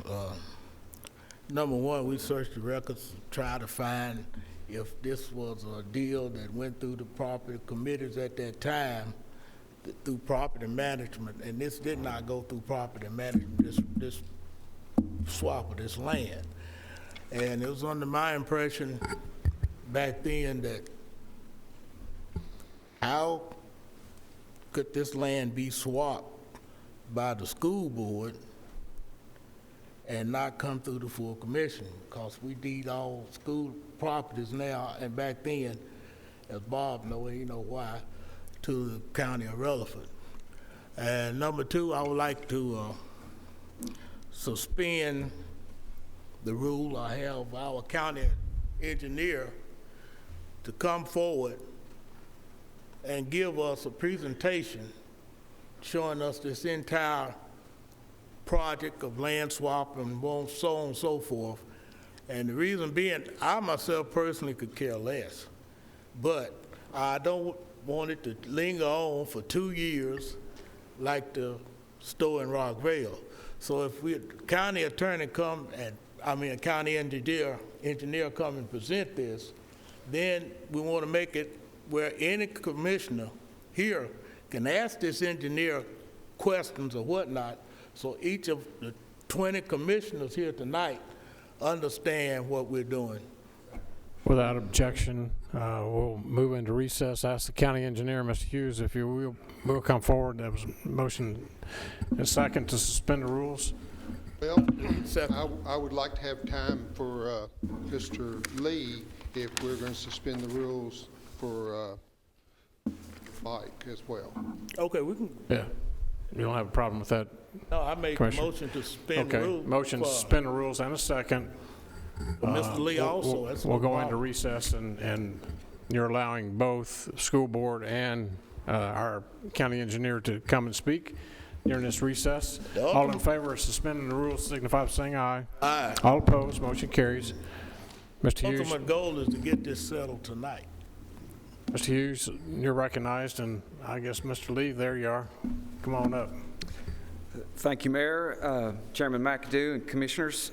Mike Hughes, Rutherford County Engineer, and I was asked to review the so-called remnant properties around the Rocky Fork Middle and Elementary schools. And just a little background, I've been the county engineer for 5 years. Before that, I was a design engineer for a civil engineering and surveying land company. And we worked on various projects, residential single-family, multifamily, apartment complexes, industrial, commercial. So if there's a piece of property, I've seen it, looked at it, and I feel like I have a good understanding of what the values of property are as their use, not the monetary value. But on your iPad, I have several slides which you can look, and I apologize, but you might have to go back and forth. Josh is going to help me go back and forth with those.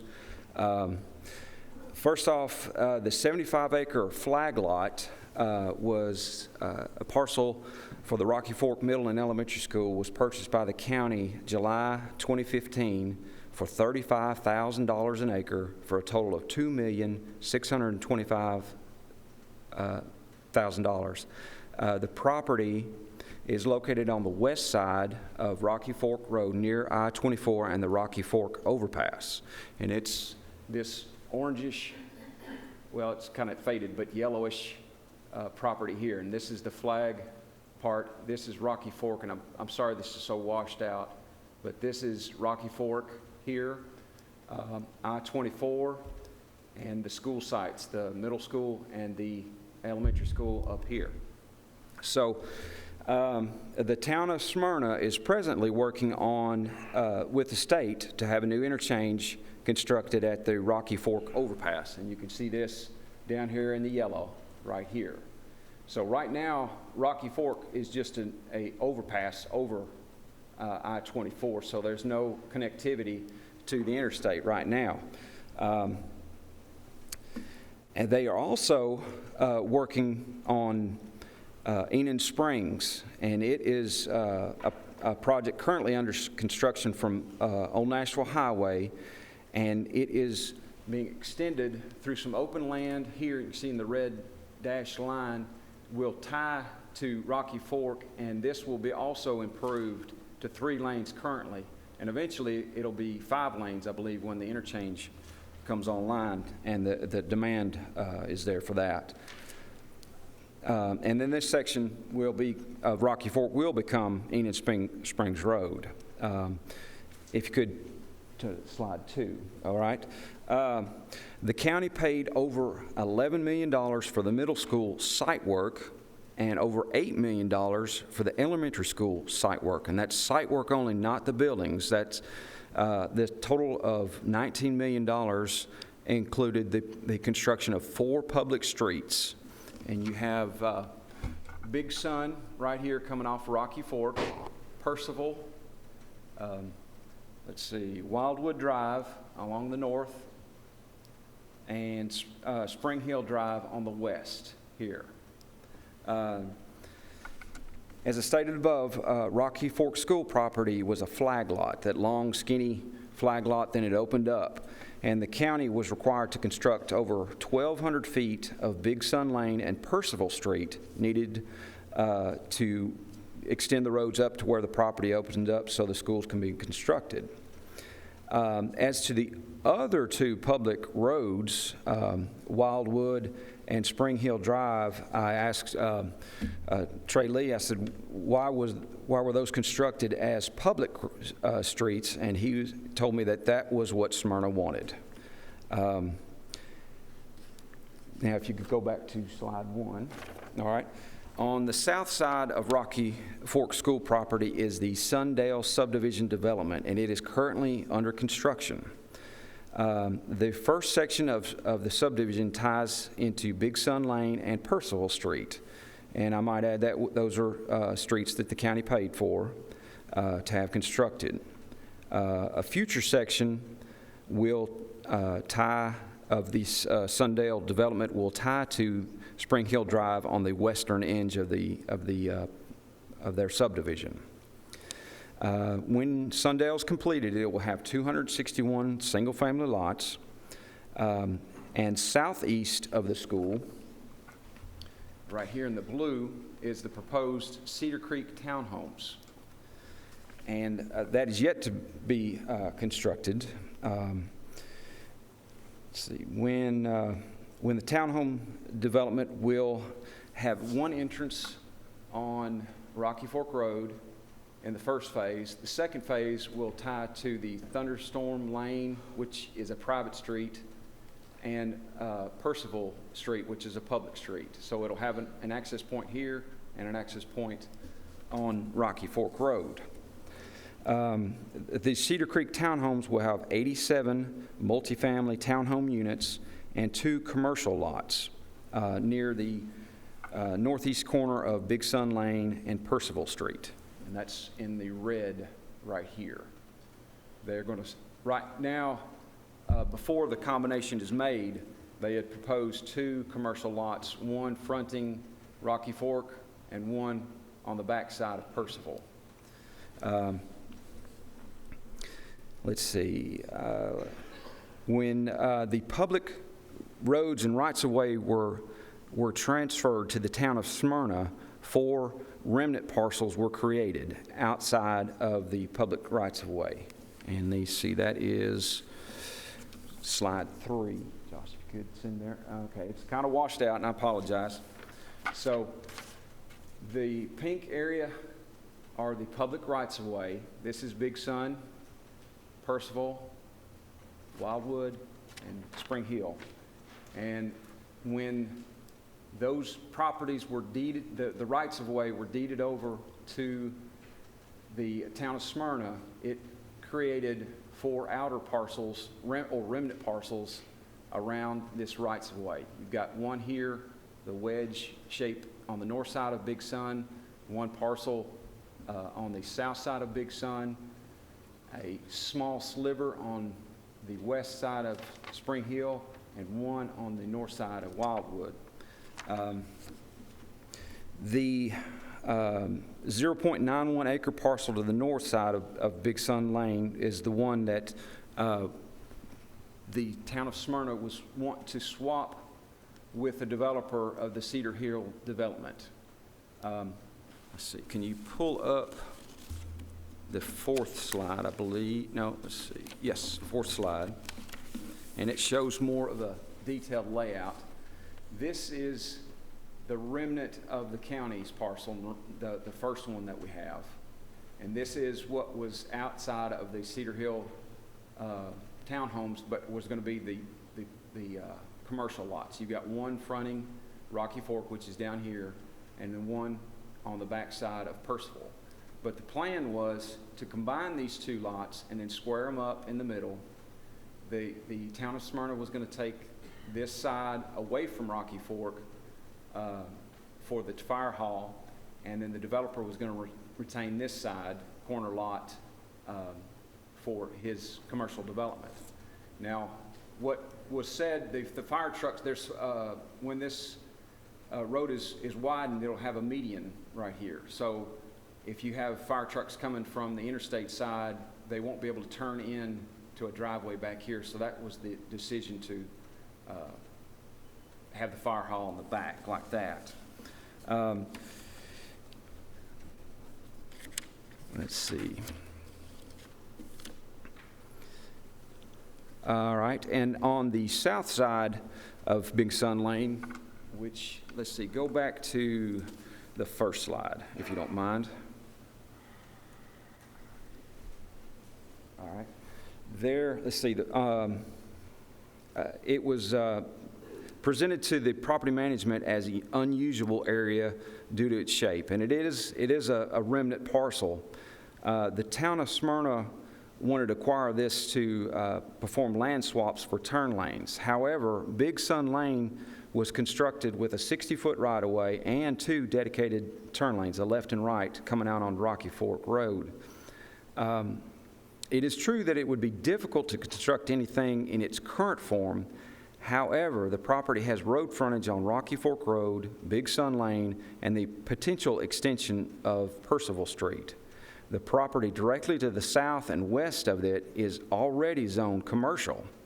If it's combined with its existing commercial parcels, the county has a very valuable piece of land. Furthermore, if the proposed interchange for I-24 is constructed, you can expect that value to only increase. Let's see, go to slide 2, if you don't mind, Josh. Oop, there we go. The third remnant is a 0.64 parcel that sits on the west side of Spring Hill Drive, and it's in between the Spring Hill Drive and the remaining land of Sundale subdivision. Although the parcel is very long and skinny, it has approximately 900 feet of public right-of-way along this edge right here. So this parcel could be combined with the remaining lands of Sundale development. It allows direct access to the public street and right-of-way that was paid for by Rutherford County. The fourth remnant parcel is a 4.8 acre parcel on the north side of Wildwood Drive, which is approximately 100 feet wide this way and over 1,500 feet long this way.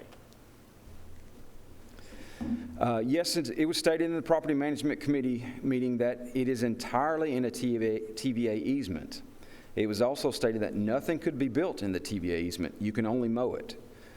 It is true that you can't build anything vertically, but you can certainly build roads, stormwater detention ponds, and if combined with the adjacent property to the north as another townhome development, you could build parking lots, backyards, usable open space like a mini park, which would be needed for a planned development such as a townhome. Besides having over 1,525 feet of direct access to the county-funded public road, several public utilities, water, sewer, and gas, were extended in the Wildwood Drive right-of-way and into the 4.8 acre parcel. So they have sewer was extended all the way up to the edge of the parcel 4. Yes, sir. That's what, okay. Well, the plat, let me go to, okay, the plat shows the sewer manhole. Let me go to, let's go to page 5, if you don't mind. All right, it's kind of, one back. On the right-of-way dedication, it shows a sewer manhole right there on this right-of-way dedication. That's what the information I was assuming that the sewer was brought there because it shows a manhole there. That's what I was going off of. Let's see. All right. The 4 remnant parcels combined equal 7.33 acres. If the county was only reimbursed for what the raw land at $35,000 an acre, even when it was nothing but rocks and cedar trees, before it spent all that money on public roads, utilities, and the schools, it would be valued at $256,550. We paid for that land in that TVA easement. Back then, it was worth $35,000 an acre. If you include the fact that people love to live near schools and they're drawn to them like moths to a flame, you've seen that the Sunnydale subdivisions already under construction. Houses are already being built in that. The proposed Cedar Creek townhome, it's moving quickly towards being started on.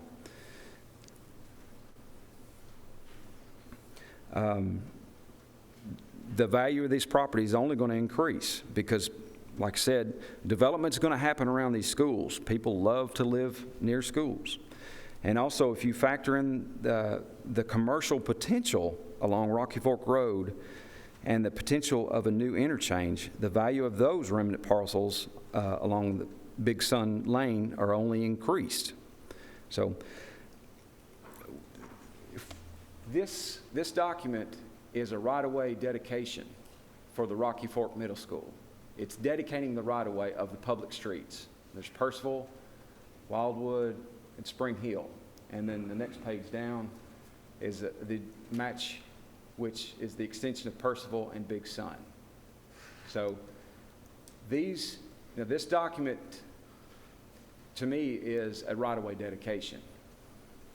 I was going to give you my opinion, but I will leave that up to you, and I will try to answer any questions you have. Any questions? Yes, sir. Chairman. In my opinion, the county should give the town of Smyrna parcel 1 so they can build their fire hall. That's a direct need. I would, if it were me and I had a vote in this, I would hold on to the other 3 parcels and let the developers come to us to make offers on the land. The land is valuable. Yes, on face value, you can't build anything on it right now, but it is valuable. It has frontage on public rights-of-way. Josh, if you go back to, let's see, the fourth, it's hard to kind of point out, hard to see, but on this plat, this is Percival Street. The town of Smyrna is giving this developer a 20-foot strip of land that was dedicated by those plats. They're also giving a 20-foot strip for this parcel 2 to be created, to give it a little more land. So if it were my land, I would hold on to it and wait for the offers to come to me and let this body make a decision on what land swaps would happen or what deals would happen. So I'm the county engineer. I'm looking out for the county assets, and that's what I was asked to do, is to evaluate this property. Questions? Chairman Allen. How did this project come to your attention? I was asked to evaluate it Friday.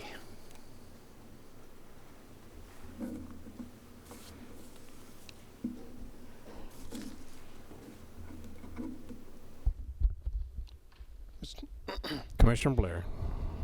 So what you're asking this commission to do is to renege on a resolution sent by the school board and accepted by the town of Smyrna, and from the documentation we have, the intent also of former Mayor Burgess, and from my understanding, the last property management meeting approved exactly what I have here and what you've shown us. Yes, sir. That the school board made in resolution. So you're advising the commission not to honor That is solely my opinion, and my opinion alone. I feel that the remnant parcels have value, then they can generate money for the county. We paid $35,000 an acre for it back then, and I think we can certainly reap that and more back.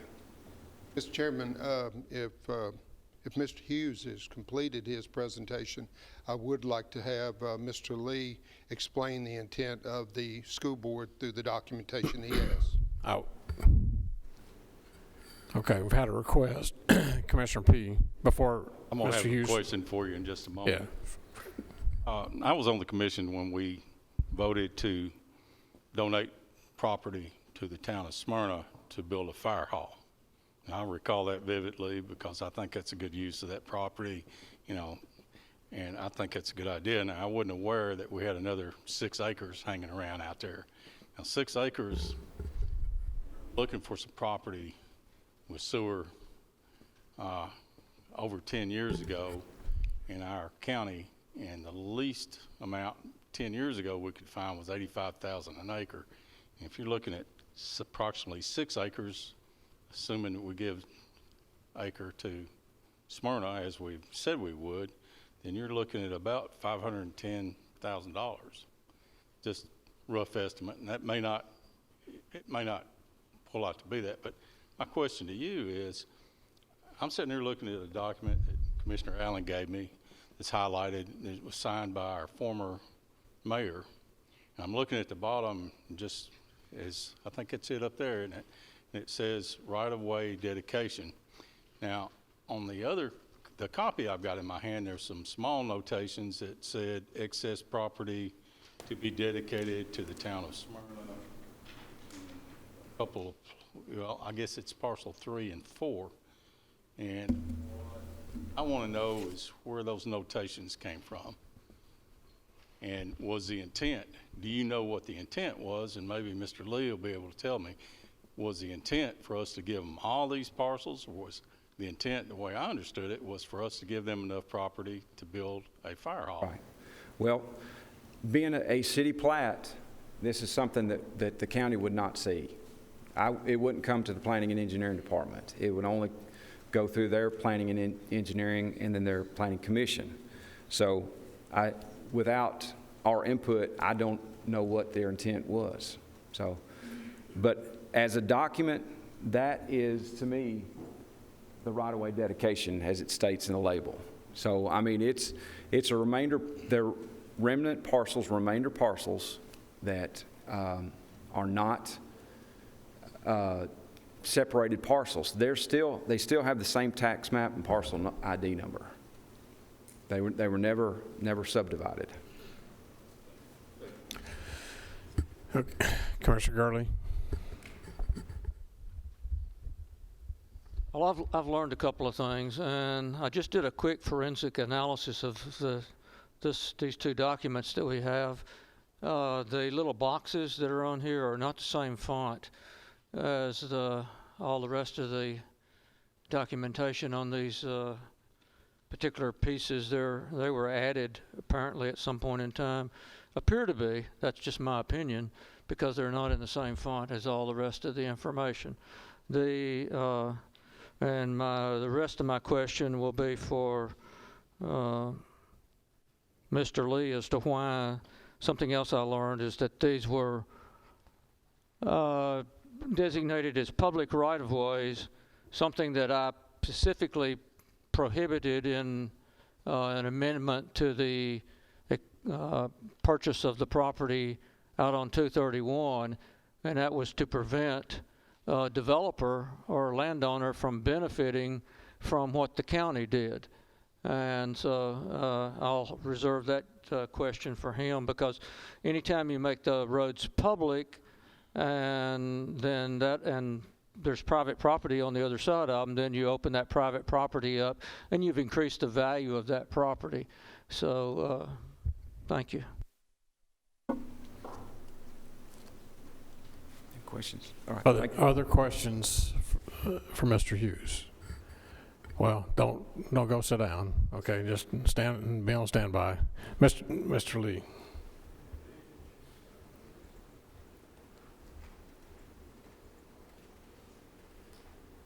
Good evening. I've watched two things here tonight, and I'm just absolutely amazed. I'll be honest with you, and that may be why I'm not an elected official, and I just try and do what's in the best interest of the taxpayers. I'm not here tonight to argue with Mr. Hughes or anyone else. I'm here to tell you what happened 3 or 4 years ago. And whether you do or you don't, I'm kind of like Mr. McAdoo. It don't make any difference to me anymore. I'm tired of, like he is, of hearing about it. I would make 2 comments. The .64 acres on the west side of Spring Hill, I'd like for you to look at the topography. I don't disagree that it has value. That whole hillside probably will never be much of anything. It's a radio tower sitting on top of that hill, and I don't think even the developer that owns it thinks he can't do anything with it. The 4.8 acres under the TVA tower, I'm not real sure you could put a parking lot, but you're not going to be able to build it, so its value is up to interpretation. Whether it's worth $5 or $50,000, it does have some value. I don't know what happened, but I can tell you what happened in 2016.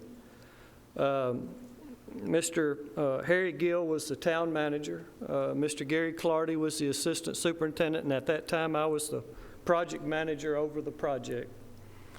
Mr. Gill asked that we come and meet with them to discuss these 2 slivers on Big Sun Lane and whether they could potentially get those pieces of property to build a fire hall and a potential ambulance.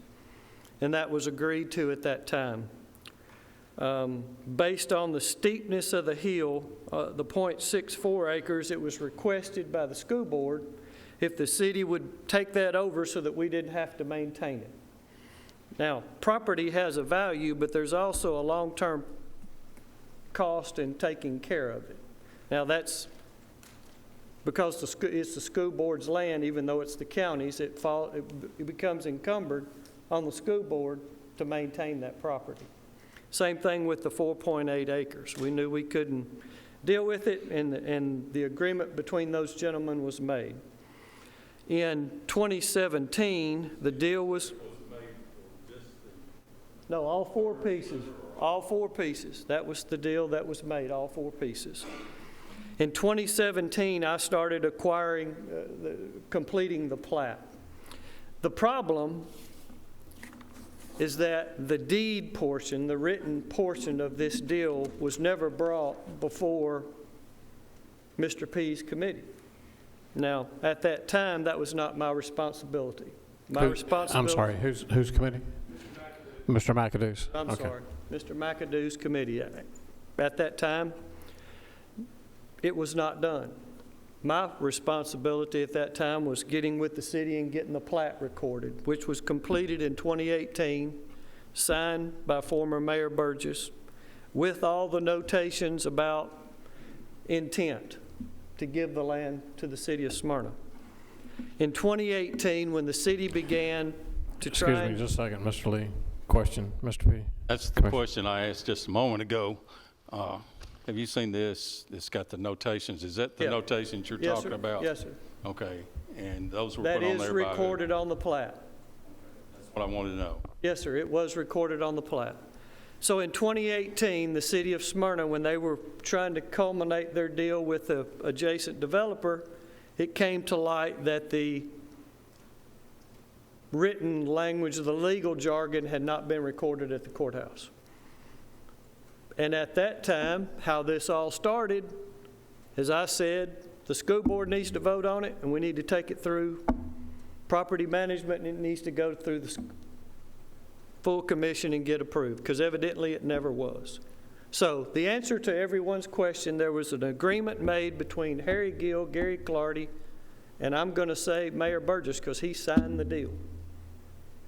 But it appears that it never came through the rest of the county procedure. It never happened. And that's how all of this got started. As I said, it needs to go the right way, and we started back through the process. So I was trying to correct a mistake that was made by, I think, honest men, and it just happened that they didn't follow through procedure. Now, whether it has value or it doesn't have value, or y'all won't spend all night arguing about it, that's up to y'all. That's what happened, and that's how we got here today.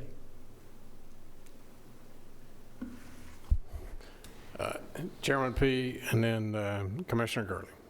I'm trying to get all my ducks in a row here.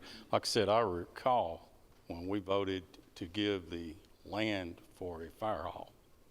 I don't recall all this peripheral property. I'm not disputing anybody's word, but I like to check my facts. Having said that, and I don't want to argue about this all night either, so I'm gonna make a motion that we send this back to property management and let them dig all these questions out, and they could even contact former Mayor Burgess and find out what the intent was, if he signed this as it says, a right-of-way dedication, or if he intended for these other pieces and parcels to be part of that with his signature. And I don't know without asking him, because I know what I'm reading down here, and it says right-of-way. So that's my motion. I have a motion and a second to re-refer. Let's go back in session, please. Let these guys have a seat.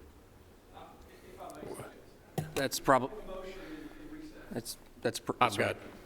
That's right. I've still got a question for we can come back to him, but you would unsuspend the rules, come back into session. if he has questions for him.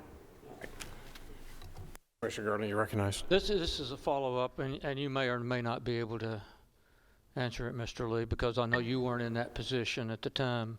Do you have any insight as to why these were made public roads that would benefit the surrounding landowners? Yes, sir, I do. That's in my 13 years, and I was in private practice for a lot of years. In my 13 years building schools, the city of Smyrna, the city of Laverne, the city of Murfreesboro, and the county does not treat the school board any differently than they treat any other developer. So if they request a road be built and turned over, we build the road and turn it over. We did the same thing at Oakland Middle School. We built Cushing Avenue for the city of Murfreesboro and turn that city, or put in water, put in sewer, put in gas. This is not uncommon. It's done on, I'm not going to say on every project, but it's done on a number of projects. It's fairly common. Okay, yeah, that answers my question. Thank you. Commissioner Stevens. I have a question for Mr. Lee. Can you answer how much the town of Smyrna spent on running sewer to that site and widening the road out there? As a typical developer, everything on our property, we build, we turn over to the city. They treat us and I'm not picking on town of Smyrna. City of Murfreesboro is the exact same way. We are required to build all utilities, water, sewer, and gas. And then we turn it over to the local government. We're treated exactly the same as any other developer. No city, nor the county or anybody builds that stuff for us. The school board has to build it all.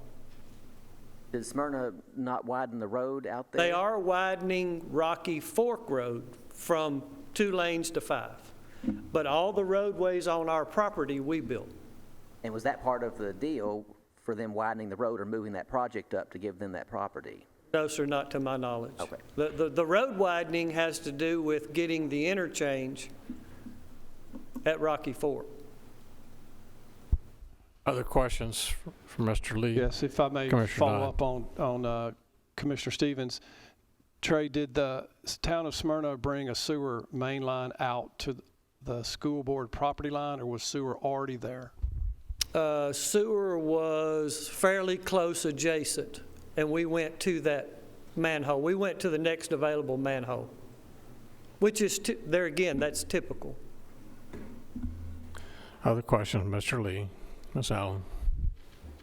Correct me if I'm wrong, and this could be one of those things that I've just been told through the years, so that's how I'm remembering it.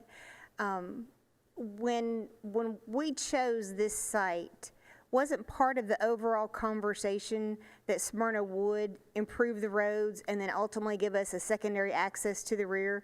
Wasn't that part of the site selection conversation?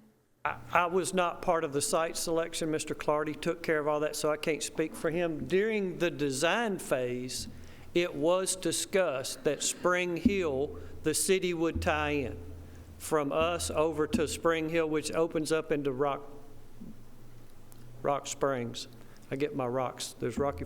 It goes to Rock Springs. The city is intending there, and it's to my knowledge, it's on their next year's plan to open that road up, to build that piece in between, and they will build that on their own and build that piece so that we do have a secondary way out. Other questions, Mr. Lee? Commissioner Harris. Trey, does the land that's across the road from the fire hall, does it not have greater value since it's on a main road? I'm not a property appraiser. I would assume so, but I couldn't speak to that. I don't have knowledge of that. I would think so, but I couldn't say that. But I mean, I would think it does, but I would think so. Yes. Yes, sir, most likely, but as it was stated earlier, they need the parcel farther away from Rocky Fork Road to allow the turning movements of the fire trucks. There's going to be a median in Rocky Fork / Enid Springs that they didn't feel that they could make that turning movement into a driveway on Rocky Fork.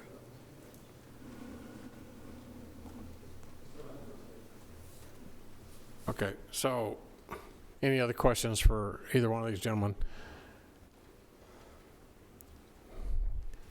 Chairman P. Hang on, Mr. Lee, for just a minute more.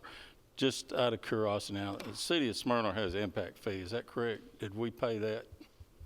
Yes, sir, and we pay them in Murfreesboro and Laverne as well. Yeah. So we paid the impact fee, and we ran the sewer, and we ran the roads, and we've said we're giving property for fire hall, and now I'm told that there's another 5 or 6 acres, I forget exactly the amount there, that may be peripheral property that's still in our name. Now, I know we're still not in session. Once we are, I do want to make that motion again. But I think it's simple, and the reason I want to make the motion to go back is there should be minutes on this, and that would give property management time to look back and see exactly what happened, because I want to keep my word. It never went to you. I can tell you what happened. Well, I'm talking about the full commission. There was a full commission meeting But where this he was voted was on. saying it never got to us. I'm telling you, that's what I'm telling you.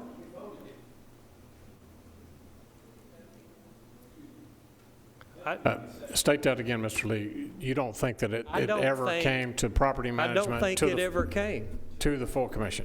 to property to the full commission. I don't think it ever happened. I recall. And it may have. I recall the school giving the property to the school or a discussion. Now, it may not have been this particular property. It may have been one of the other schools, but I recall us having a discussion at full commission about that. And it may have. I That's why don't say, remember it. I think we can look back at minutes. And get It would have something been in prepared. late 2000, it would have been late 2017, early 2018. Mr. P, real quick, I think I can clear it up a little bit, jog my memory here. I think what Mr. Lee is referring to is the issue with the plat that you're looking at from 2018. I think what he's saying is the authority to sign that plat never came through Property Management Committee or this commission. Now, that the fact remains, it looks like it was a recorded plat and it's signed by Mayor Burgess, and so that does evidence some intent to convey those 4 parcels. You have to take the next step to actually do the deeds of conveyance to transfer legal title. To clear up what I think you're asking now is, in the last couple months, this did come up to County Commission, and at that time, the resolution was to convey all 4 parcels that we're talking about, with the stipulation on it that if it had to be used for a public purpose and build a police or a fire hall, and if they didn't, it would revert back to us. The town of Smyrna said, well, that doesn't work for us, because they needed the non-restriction language on that one particular parcel that they want to build their fire hall and do the property exchange. So then it went back to Property Management Committee, I think this previous month, and Mr. Hercules came and explained what I believe everyone's here talking about today. So technically, as it stands right now, based on the last commission meeting, we've done a resolution to send the 4 parcels to the town of Smyrna with the reversionary restriction language on all 4 that say if they don't use it for a public purpose, it reverts back to us. That's as it currently stands, the procedural posture of where we are. Does that help? Yeah, but you said something else that threw a monkey wrench in the spokes for me. You said that Mayor Burgess signed this parcel. He signed the plat. County engineer says he signed a right-of-way.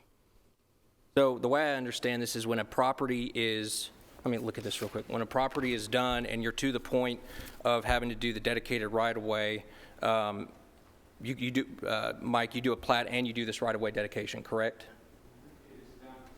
Okay.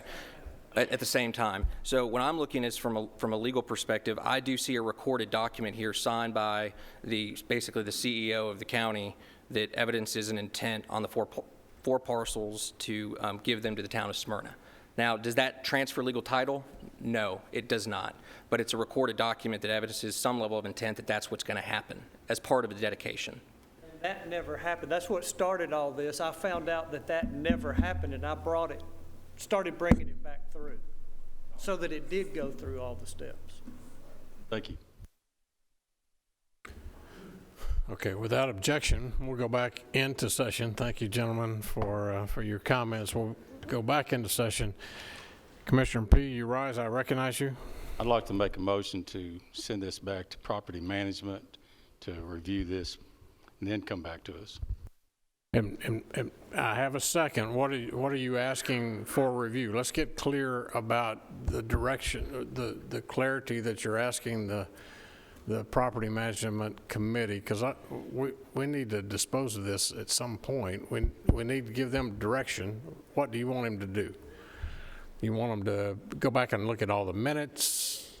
When I say that, I still recall having a discussion about donating this property to Smyrna for a fire hall. If there's excess property there that I didn't know about, that's a different subject, and that's something I'd rather property management look into. Okay. That's my thoughts on it, is have them decide, do we give Smyrna all the property? Do we give Smyrna the school, the firehouse location, or, you know, what we decide to do with that property? And coming forward, but I'd still like for them to get a hold of the former mayor, see what his intent was, and also to look back at, what was it, September of 17, you said? I think the minutes were approved tonight as part of that incorporated Mr. Gurley's amendment to it that transferred all 4 parcels with the restriction on all 4 that if they weren't used for a public purpose, i.e. building a fire hall, they revert back to us. That's the current posture that it's in. All right. All right. Procedure, I have a motion. Is there a second on Commissioner Pease? All right, you got a second. Okay, now discussion on that motion. A question is, well, it passed unanimously out of property management this last month. So is there a resolution that came from property management? Because I do understand that it passed unanimously. So what was the resolution that came out of property management? In my mind, the only thing that we need to do because of what was approved last month is to correct the revisionary language to give the town of Smyrna the opportunity to square that lot up so they can actually use it for a fire hall and first responder. And yeah, I don't know that, I wouldn't think this would be that complicated. The school board sent a resolution. It was accepted by the town of Smyrna, and this commission signed off on it last month, and the property management committee voted unanimously to approve what the town manager presented to them. So why are we not just correcting that revisionary language to give them an opportunity to utilize that piece of property for citizens of Rutherford County, because there's 2 schools there, and they're, you know, build it and they will come? Well, yes, they did, and they are. So we have an opportunity here to correct this tonight, and I would ask you to not defer. Let's go ahead and just fix this and move on. That would be what I would ask the commission to do.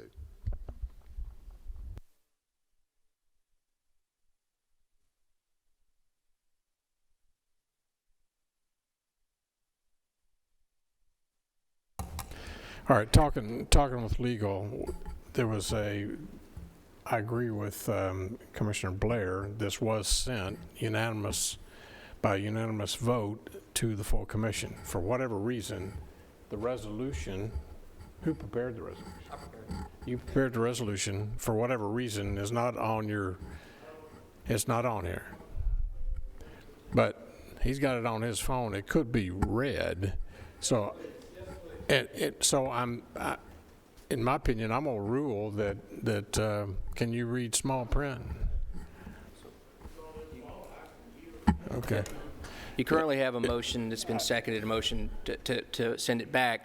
But if this was meant to be on the agenda and it's properly noticed, because it says Rocky Fork, then as a point of order, that motion would be out of order because we didn't take up the resolution first. That's correct. Does that make sense? That's why I'm ruling on it that it should be that the resolution that was sent should be read and voted up or down, or deferred. Or deferred.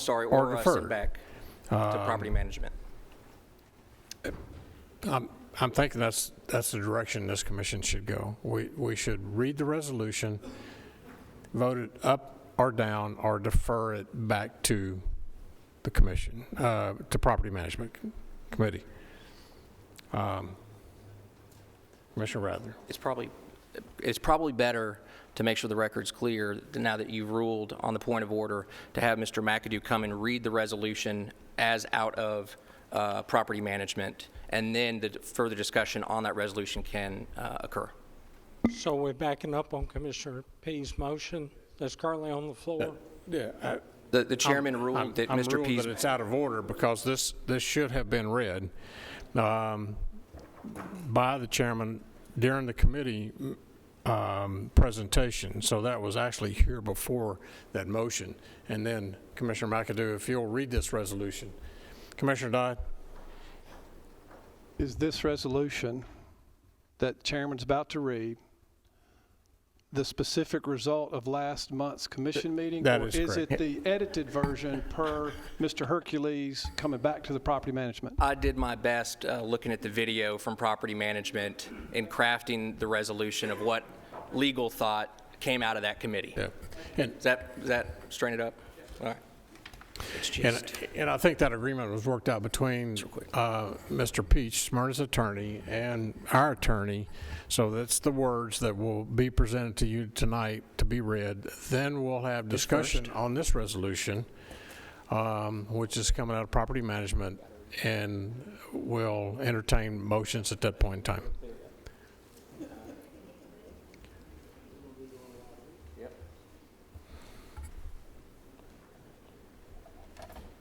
Okay. All I'm doing is following the steps of my county attorney. And my county attorney has given me a resolution that we voted on in the committee. And also, I got to read an amended resolution also. Am I right? You're right. So I'm gonna be reading more than what we voted for in the committee. I want everybody to know that. It's not Alan McAdoo, it's the county attorney, okay? Resolution to amend previously adopted resolution pertaining to the Rocky Ford Middle School remnant partials. Whereas the Rutherford County Board of Commissioners previously adopted a resolution at its November 14, 2019 meeting pertaining to the transfer of certain remnant partials at the Rocky Ford Middle School site to the town of Smyrna. And whereas the transfer of such partials was further discussed at the Property Management Committee on November the 21st, 2019, wherein the town of Smyrna provided further details of its intent regarding its use of such remnant partials and further explained how the reversionary restrictions placed on such transfers by Rutherford County would not enable the town of Smyrna to build a fire hall. And whereas it is in the best interest of citizens of Rutherford County that the resolution previously adopted on November 14, 2019 pertaining to the transfer of certain remnant partials at the Rocky Ford Middle School site to the town of Smyrna be amended in its entirety and replaced with the amended resolution attached hereto. Now therefore be it resolved by Rutherford County Board of Commissioners that the resolution previously adopted on November 14, 2019 pertaining to the transfer of certain remnant partials at the Rocky Ford Middle School site to the town of Smyrna shall be and hereby is amended in its entirety and replaced with the amended resolution attached hereto. Resolved this 12th day of December 2019. Now, the amended resolution. Whereas the property is more particular described in the attached exhibit, which includes 4 property descriptions, said exhibit and property descriptions being incorporated herein by reference as if fully set out herein verbatim. Remnant partials are included in the Rocky Ford Middle School site, but are not required for any school purpose and are desired by the town of Smyrna. And whereas there are 4 separate remnant partials that consist of the following appropriate acreage sizes: 4.8 acres, 0.64 acres, 0.98 acres, and 0.91 acres. And whereas the town of Smyrna intends to utilize a portion of the 0.91 acres remnant partial to build and operate a fire station. However, in order to have sufficient acreage to do so, the town of Smyrna must exchange a portion of the .91 remnant partial for a portion of land owned by a third party that is adjacent to such .91 acre partial, and whereas based upon the town of Smyrna's representation that it will build a fire station or a portion of the 9.91 acres partial, Rutherford County believes it is in the best interest of the citizens of Rutherford County that Rutherford County quit claim the .91 acre partial to the town of Smyrna, free and clear of any restriction or reversionary language, and whereas the town of Smyrna is willing to accept said .91 acres partial as further described on the attached exhibit, and whereas with respect to the other 3 remnant partials, 4.8 acres, 0.64 acres, 0.98 acres, the town of Smyrna shall use such partials for public purposes and no other, and should the town of Smyrna fail to use these other 3 remnant partials for public purpose, such partials shall revert back to Rutherford County.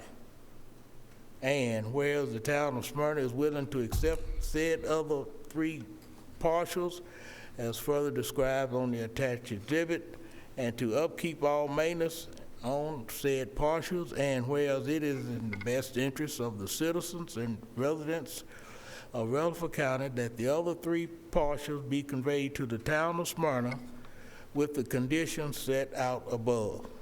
Now therefore be it resolved by Rutherford County Board of Commissioners that the appropriate officials for and on behalf of Rutherford County be and hereby are authorized to execute for and on behalf of Rutherford County any necessary quitclaim deeds conveying the partials as described and attached hereto, and in the manner described herein to the town of Smyrna, contingent on the approval of said quitclaim deeds by the county attorney. Resolved this 12th day of December 2019. So I have read the amended resolution based back to the resolution. So now I guess we're ready for a motion. Yes, sir. Yeah. You make sure. I don't want to go through all this and then somebody tell me I can't do it. Let's get it straight from the beginning. So, being the chairman of the Property Management Committee, I so move. Have a motion and a second. Okay, now, everybody understand, this resets the table. We have a motion on the will that came from Property Management. You can vote it up, you can vote it down, you can make a motion to refer back to the Property Management Committee. But this is what came from Property Management. I'll now open the floor for discussion. Commissioner P., first to rise. Question for our attorney. In this agreement that he read that didn't come from Property Management, that came from you and from watching the, am I saying this right, from watching the committee meeting, that's the second part he read, which is what we're actually voting on. Is that correct? Yes. Okay. So oftentimes, if it's not clear, or now we have Becky who has left and who often did the resolution. I'm kind of jumping in and doing my best to put them together. Well, I just wanted to make clear that this is not what you voted on out of Property Management, as was stated a minute ago. To my understanding, you just affirmed that. You might ask Property Management that. Yep. My question now is this property, see, I'd make a good lawyer too. Would this property that Smyrna's talking about swapping go to a developer, to a private citizen or corporation? Which parcel out of the 4? Any of them. So as currently written, the .91 acre that they're going to do a deal exchange with a developer would not have any restrictions on it, and that would enable them to do a deal exchange with the parcel right next to it so that they could have enough land to build a fire hall. Now, as to the other 3, the way I understood it coming out of Property Management Committee is that those other 3 parcels would have restrictions on it to where they could not convey it to a private party. They'd have to use it for a public purpose, and if they were to convey it to a private party and not use it for a public purpose, it would revert back to the county. Commissioner Dodd. And that, to my recollection and my intention and my advocacy for this land swap, that indeed, Mr. P., was the will of property management. So the attorney's wording, I think, captured my interpretation of that meeting, which was also captured the interpretation of, I think, the commission meeting on November 14th, where we attempted to place restrictions. So I just wanted to clarify, I think that captured precisely what I thought was coming out of our committees. Commissioner Johnson. Clarification on this. What is, if we vote yes, what are we doing? And if we vote no, what are we doing? Of course, I know what we're going to do if we defer it. So what are we giving away and what are we keeping? Make it a little bit simpler, okay? Well, like I stated before, I started reading all this, that I was following the instructions of my county attorney. And to make it as simple as possible, I would like for my county attorney to make it simple as possible, since he's the legal arm of Rutherford County. So by the way, you all are the policymakers here. Whatever you want to do with these 4 remnant parcels, you can do it. I have no say in that, and I don't care either way, okay? Number 2, to make it really simple, the way that resolution reads is that the .91 acre parcel that's on the right side of Big Sun Road would...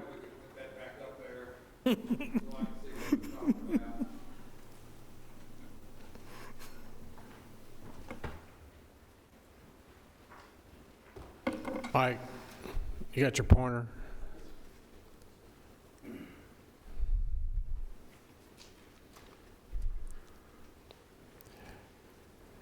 Commissioner Johnson. Okay. If we vote yes on this, basically we're giving .091 acres for them to build a fire hall on and deferring the rest of it back to property management. Is that right? Okay. No. Okay, what's the rest of it going with? All 3 would also go to the town of Smyrna, but there would be restrictions on their ability to do anything with those 3 parcels that doesn't involve a public purpose. They have to use those other 3 parcels for a public purpose. They can't deed it to a private company to build a convenience store or anything else on it. So, Mr. Hughes, you got your pointer for Commissioner Phillips.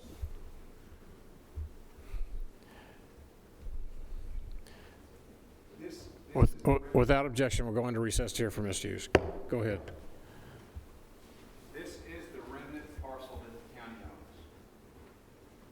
This is essentially, will be a remnant parcel from the townhome development that's going to be combined with the county part. This is a private developer owns this, the county owns this.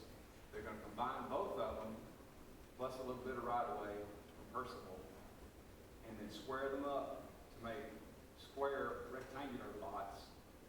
This will be the fire hall. This will be a private commercial parcel. So there's no restrictions that are going to be placed on that parcel, so it can allow them to do the property exchange in order to get enough land for them to do the fire hall. But there are 3 other parcels that are not shown on this particular slide that are also involved, and there is going to be a restriction on those that only says that they have to use 3, 4, and 2 for a public purpose. 1, that restriction is not going to be on there because they need to do the deal exchange in order to get enough land on their right side to build the fire hall. Well, to me, the prudent thing to do would be to stipulate the 091 acres, to approve that, and defer the rest of it back, step back and regurgitate this and see what we need to do with it instead of just carte blanche giving it away. You know, so that would be, in my finite mind, that's the prudent thing to do to prove the .091 acres. Commissioner Stevens. Thank you, Mr. Chairman. I want to make this very simple. Last month, we voted to give all 4 of these pieces of property to Smyrna. We've already done it. They've been given. All of them had the restrictions on them. The one that they want to use to build the fire station has that restriction also, and they can't do the swap they need to build the fire station. So all we're voting on tonight is to take the restriction off that one piece of property. Everything else has already been given. 27. And so unless you want to take it back, there's no need to send it back to Property Management Committee. I mean, we're just essentially taking the restriction off that .91 acre piece of property. That's all we're doing. I'm not sure how this has gotten into such a mess. This is not difficult. So I'm going to call for the question. It's two-thirds vote. It's not debate, it's two-thirds vote. I'm calling the question. Question's been called. Not debatable. It's two-thirds vote. It's not debatable. It's by 2/3 vote.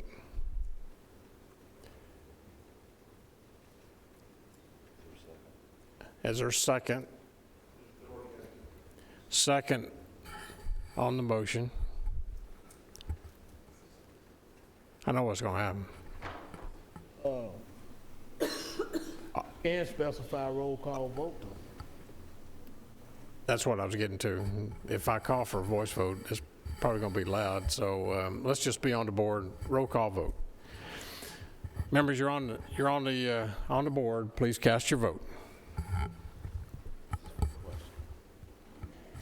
This is on the question, not on. This is for calling the question, not on the motion. Call for the question. Okay, that's what you're voting on. Cast your votes. Anyone that did not vote and wishes to vote, or anyone who would like to change your vote, you may do so now.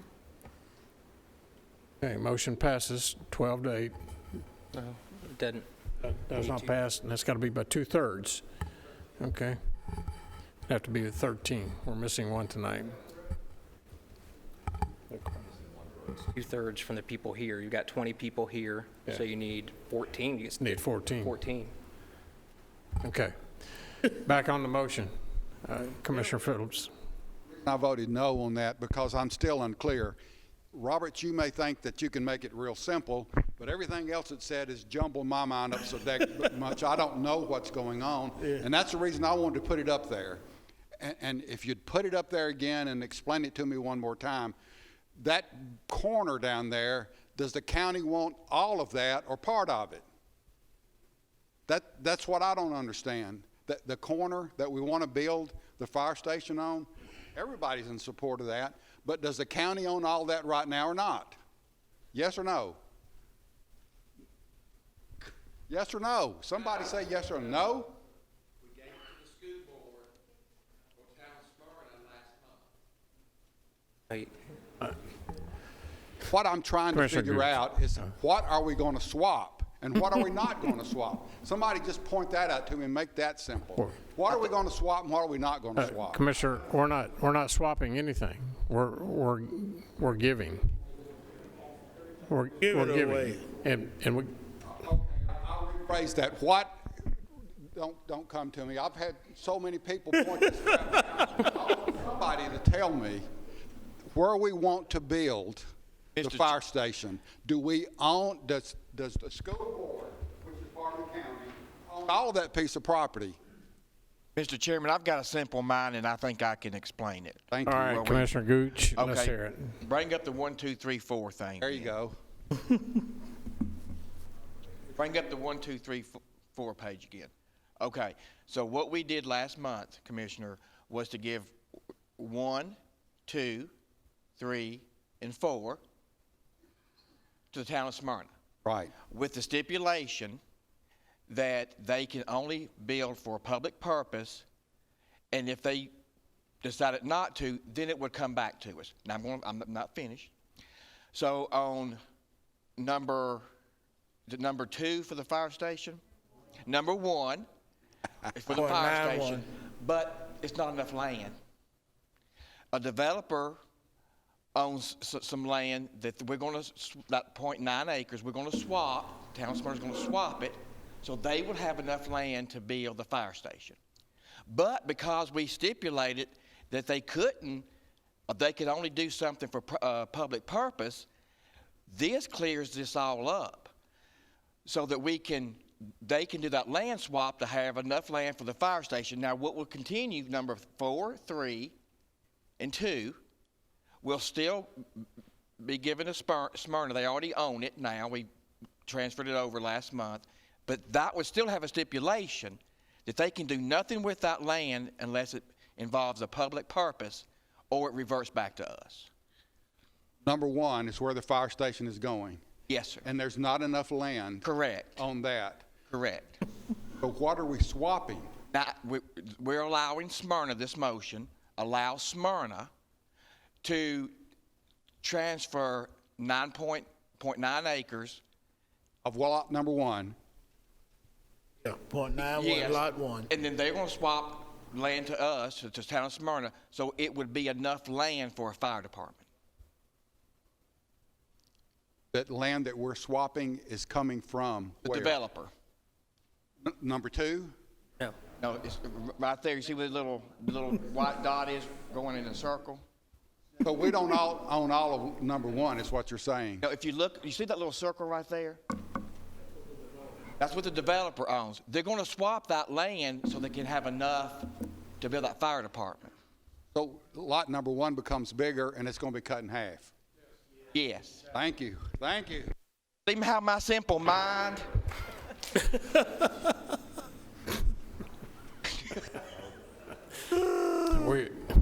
Commissioner Rather, on the motion.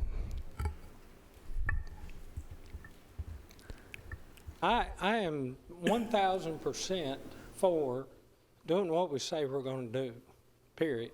I just want to make that clear.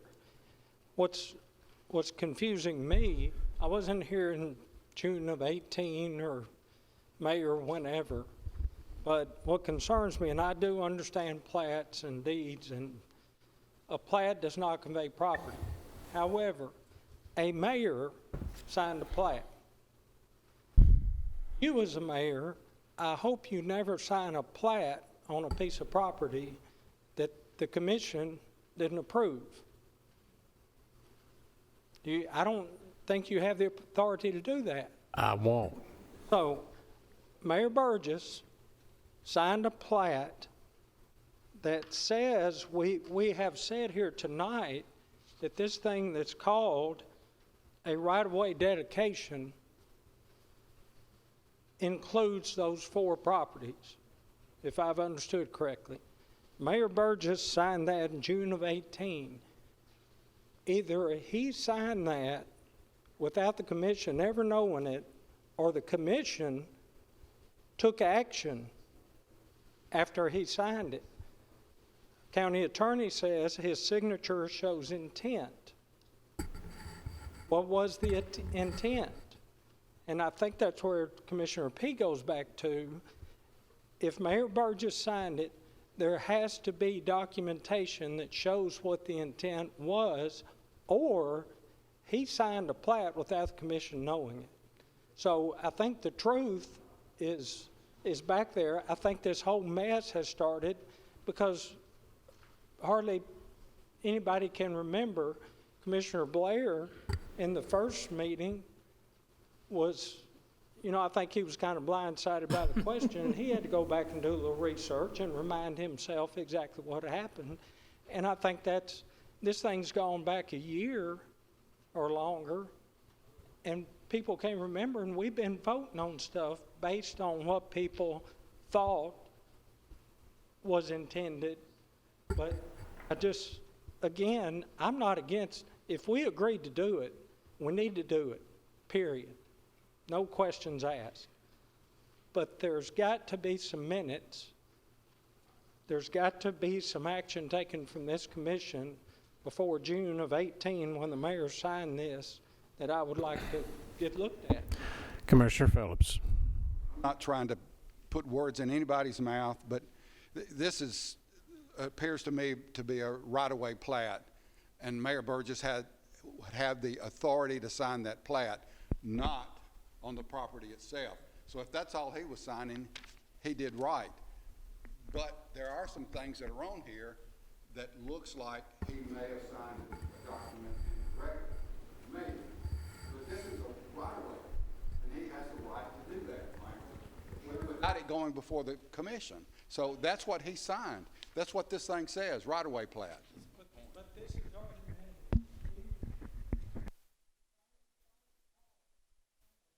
already This was brought up before. I think Commissioner P brought it up, that this was a right-of-way dedication.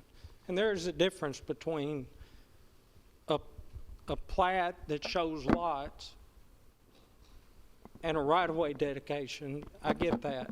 It's showing the right-of-way as opposed to showing platted subdivision lots. But if I remember correctly, and it's been tonight, that's been a long time ago, because we've been there so long talking about it, that this same document that was pointed out that this was a right-of-way dedication, I was under the impression, or was remembered hearing, that this included the 4 lots. And Mr. Christensen, did I believe that came from you, that this right-of-way dedication, here, that this right-of-way dedication also included the lots, included those 4 lots? Yeah, the way I look at it, and it's correct, it's a right-of-way dedication on it. It does say on the 4 parcels, there's a line on each one that says excess property to be dedicated to Smyrna. That doesn't legally convey anything, any title. I understand, right? But it does show intent, and that's I think what an you said. argument can be made that yes. So, Mr. Phillips, I agree with you. It does say right-of-way dedication. I'm going to certainly trust you that the mayor does have the authority to sign that. But what's been said here tonight is this right-of-way dedication that I trust you that he had the authority to sign, also conveyed those, or pointed out those lots, that was what was to be conveyed, and the minutes would show it, unless he signed this without the commission's approval. If this right-of-way dedication included 4 lots, I would certainly think that would come before the commission.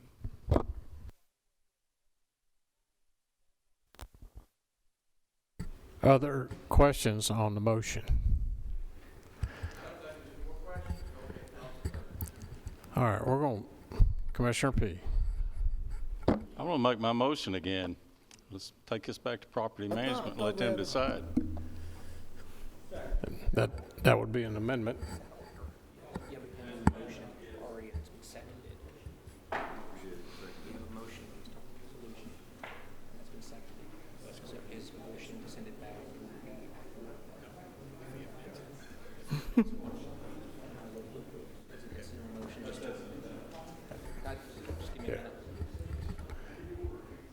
We're checking Robert's rules, but motion's been made and seconded. If you can amend it, that motion. He's going to check that. My opinion is you can amend the motion to refer it back.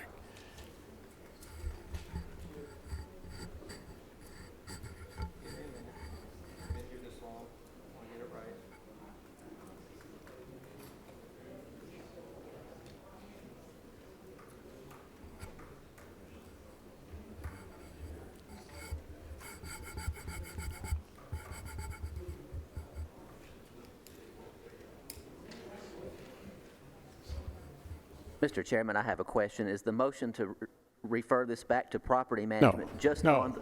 No, the motion is what the motion was made that came from property management, and it was seconded. But he made a motion to refer it back to property management. No, he made a motion to amend to send it back. So that's what we're checking now. That wouldn't be proper. It's not a motion to amend.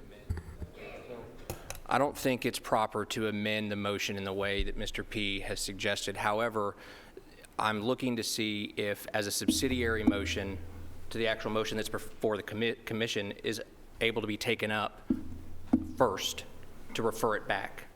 That's what I'm checking right now. It may be in order as an incidental motion or a subsidiary motion to the main motion that's currently before you. I'm looking at that. To send the whole thing back, or just the restriction removal? You might want to ask him to clarify. Commissioner P. I made an amendment to the motion to send this back to property management. I've been here 21 years and I've never seen an motion that we could not or didn't have the right to make an amendment to. And whether that amendment passes or fails, it's up to the people that are sitting here. I think we do have the right to amend just about any motion I don't that's think up. that's correct, but you all. Was there a second to the amendment? Second amendment. Commissioner Allen. I think the part that we're confused about over here is what exactly is going back to, if we voted for your motion, what exactly is going back to property management? Because last month, we conveyed 4 parcels. Tonight, we don't have the resolution in front of us. Mac read it for us. And as it was read, I understood all we were doing was removing that revisionary language that said on parcel 1 that it had to be used for public use. So is all that's going back to committee that removing that language from parcel 1, or are we trying to take back all 4 parcels from Smyrna from last month? Right. I'm not clear on what's going back. Our attorney thinks he's found it in the book. This is a big book, everybody. I want you to know that. Sometimes it takes a minute. So as I was explaining, you have a main motion before you, and I was seeing in the way it was cast whether Mr. P's amendment would be proper, and I think it kind of is, but let me just read this. If proper recasting of a main motion will require time or study, the subsidiary motion to commit, which is adopted by a majority vote, can be used to refer the main motion to a committee. So you do that before you've actually ruled on the main motion currently before you, so it's not a motion to amend, but it's a motion to commit it back. He would want to further explain what's being committed back to the property management committee, but it is an in-order motion. I'm sorry. If we're amending a motion, the motion was simply to remove the language. So the main motion that is currently before the commission is what Mr. McAdoo read, and that's currently on the debate floor. And that's to remove. It's to amend what was adopted a month ago, scrap it in its entirety, and replace it with Mr. McAdoo read. Which identifies that the 3 parcels have those restrictions, the 1 parcel does not. That's correct. And then Mr. P has made a motion to commit. I think that's what it's interpreted as, and if that's been seconded, but he might want to further clarify what is being committed back to property management.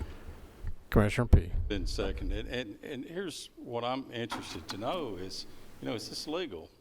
I think property management can dig this out and see, did our former mayor sign a plat over that he shouldn't have been able to sign? What?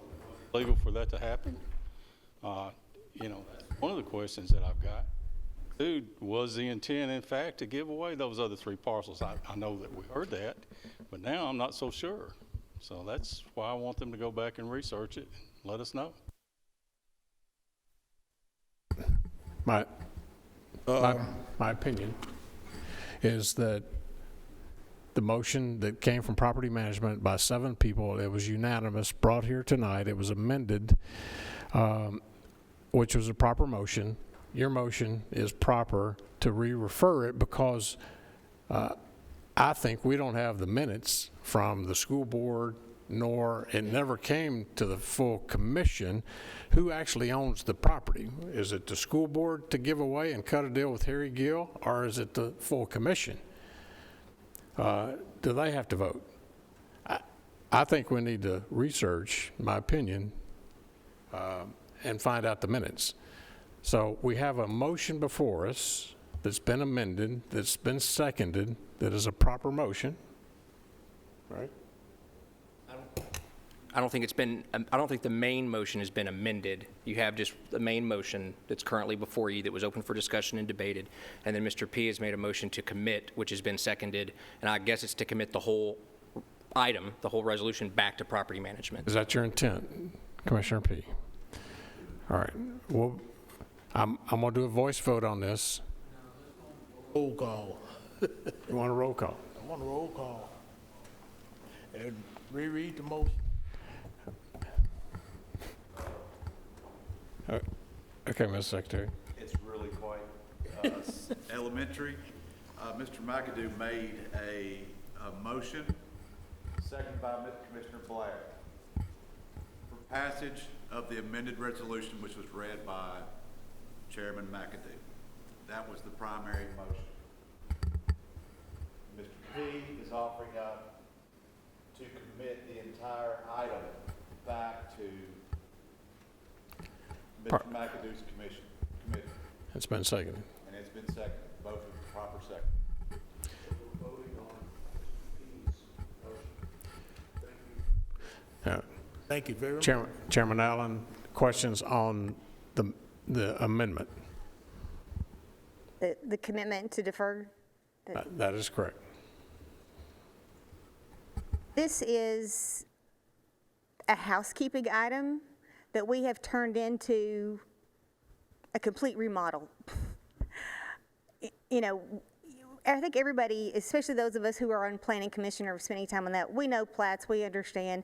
I don't think Mayor Burgess did anything out of line in signing a right-of-way dedication plat. The labels that were on that plat that identified that there were parcels that were going to be dedicated to the town of Smyrna showed intent. I asked our county attorney what his interpretation was of that plat when I saw it this week. He said, this is not a legally binding document. This does not convey the property. However, it does demonstrate intent. And to not honor this could be interpreted as bad faith on our part. I think Trey said it beautifully. This was an honest mistake made by honest people. It was signed 2 months before an election. It fell through the cracks. I think as a body, we need to do what we said we were going to do. The only reason that I'm fighting for this as stringently as I am is because I was raised that when you give your word, it means something. The town of Smyrna has promised, they've pledged, they are not going to use this for any type of profit or gain than what will benefit the residents of this county. I take them at their word, and I want them to take me at my word. And I think that's what this body needs to do. Chairman? I myself personally think it needs to go back, simply because did the school board have the authority to give this property to Smyrna to do all this? And since it's been a time frame of over a year and it hadn't been that pressing, what is going to hurt for us to do what Commissioner Rather is saying? Research the minutes and see actually what happened. Now, you say we passed it in property management. We did. But did we have all the facts? No. No. We did not have this plaque and all this signed by Mayor Burgess presented to us in the committee meeting. Matter of fact, it was brought up in the committee meeting by Commissioner Allen, because she got up and said, well, we always send excess property to property management. So, based on the legal standpoint, this excess property was not sent to property management when this deal was done. So, what is it going to hurt for us to research the minutes and be legally right? That's my concern, to be legally right, because definitely it was not presented to property management. It's hard for a committee to make a decision when all the facts are not presented to it, especially the legal facts. And if any legal fact comes up before we get to the Board of Commissioners and we're not clear about, I think it should be cleared before we cast a final vote. All right, on the amendment. Questions on the amendment? We did have this information in committee. We had it in full commission. We've had it in different formats, but we've had the whole time the acreage, the TVA easement. We're only voting on what was presented to us. Well, I'm not voting on Mayor Burgess's. somebody failed to present it to property management back then before, but it has been presented fully and articulately to property management, the legal descriptions, the plats. Some of us know what plats look like. We understand what TVA easements, how they contaminate the use, despite some of the uses that Mr. Hughes mentioned. And our discomfort was further calmed by adding language that says Smyrna's hands are tied to use it for private use. So I don't understand why we're only going back on what the committee has done and what the commission did last month. I don't know why we're talking about deferring to get legal. We've already done this. We're clarifying one sentence about conveying a triangle into a rectangle so that two parties can utilize a piece of land that's worthless without the combination. I'm voting no on deferment, and we'll stay a little bit longer to hopefully vote yes on the original motion. Commissioner Phillips. Thank you. My confusion is clear as a bell right now. Let me just make this real simple. We've already voted to do this. We've already voted to do it. All we're voting on tonight is lot number 1, exchanging some land on lot number 1, and it's not going to change anything than what we've already done. So to me, right now it's crystal clear and pretty simple. Lots 2, 3, and 4 are totally unaffected, and they can't be used for anything other than for a governmental type of purpose. And that was my question and what I was unclear about. Now that I'm clear, I don't have an issue with this at all. Lot number 1 is the only thing that we're looking at, and we're making an exchange internal almost to that lot so that we can have a bigger piece of property to put for government use, which is a fire hall on there. So I don't have a problem with it at all. My prior concern is I didn't know what we were trading. I thought we were trading everything. And when it put it up to me, it's really crystal clear right now. And I do trust the city of Smyrna, and I don't think that they'll use it. I'm really okay with it, more than okay with it. Commissioner McAdoo, Chairman. Ask the county attorney for his legal opinion if it's legally right. Can you, it would help if you told me what part of all of this is the question directed to as to what's legally right? Question is directed to the point that the school board gave the property or negotiated a deal with the town of Smyrna, and whoever, the mayor signed it, but the board, the committees, and the board of commissioners had no input on this county property. Ultimately, the property is in the county's name. So the only entity that can transfer legal title to the property is Rutherford County. Mayor Burgess, in signing that right-of-way dedication, did not transfer the property. The only thing that shows is some sort of intent to do so, but it didn't effectuate the transfer. But ultimately, the school board voted. That's not binding on this body because you are ultimately the title holders, and so you have ultimate say-so of whether you're going to convey it or not.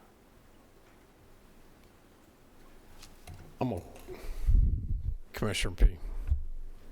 I just got another question here too.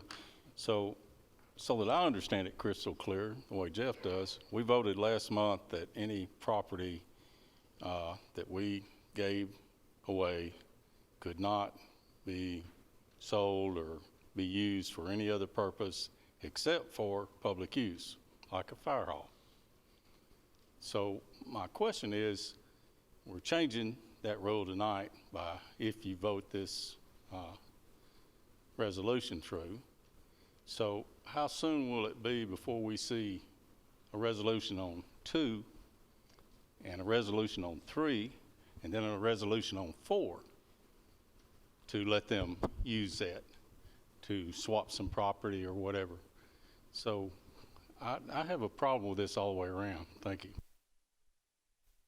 I'm going to call for the vote. We're on the board. On the amendment. Oh, Bob P. This is to commit the entire item back to property management. Members, please cast your vote.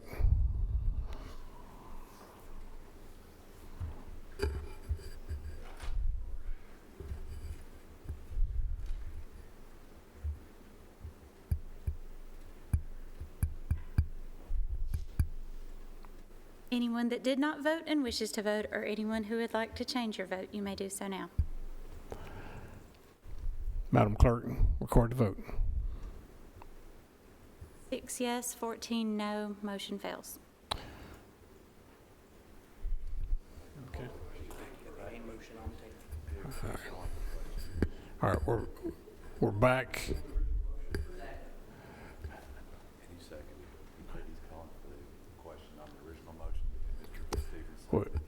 We are back on the original motion.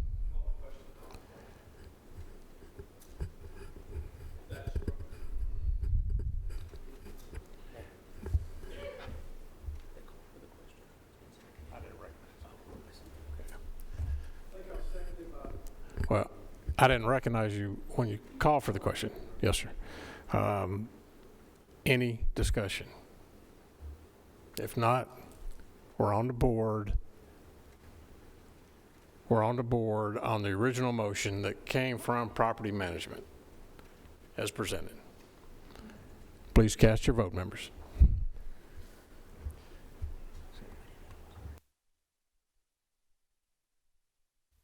Anyone that did not vote and wishes to vote, or anyone who would like to change your vote, you may do so now. Record the vote. 14 yes, 6 no, motion passes. Motion passes.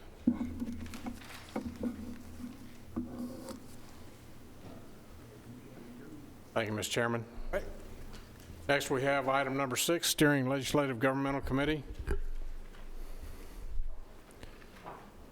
Steering Committee.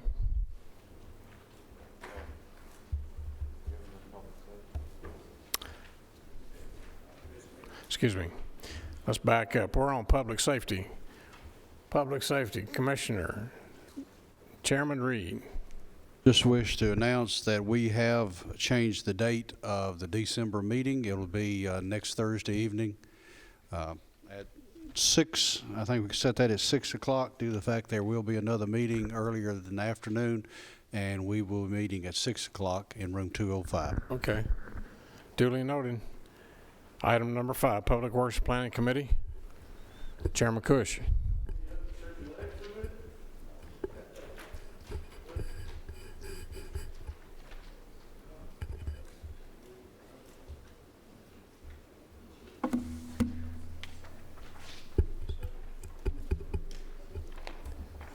Hey, thank you.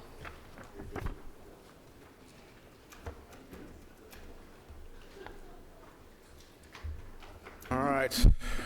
Now you're getting into a Public Works Committee meeting time. This is kind of normal for us. All right, ladies and gentlemen, I'm going to give you, as promised several months ago, a December recap of the Select Infrastructure Committee. We are to a point where we are going to give the full commission some ideas and thoughts.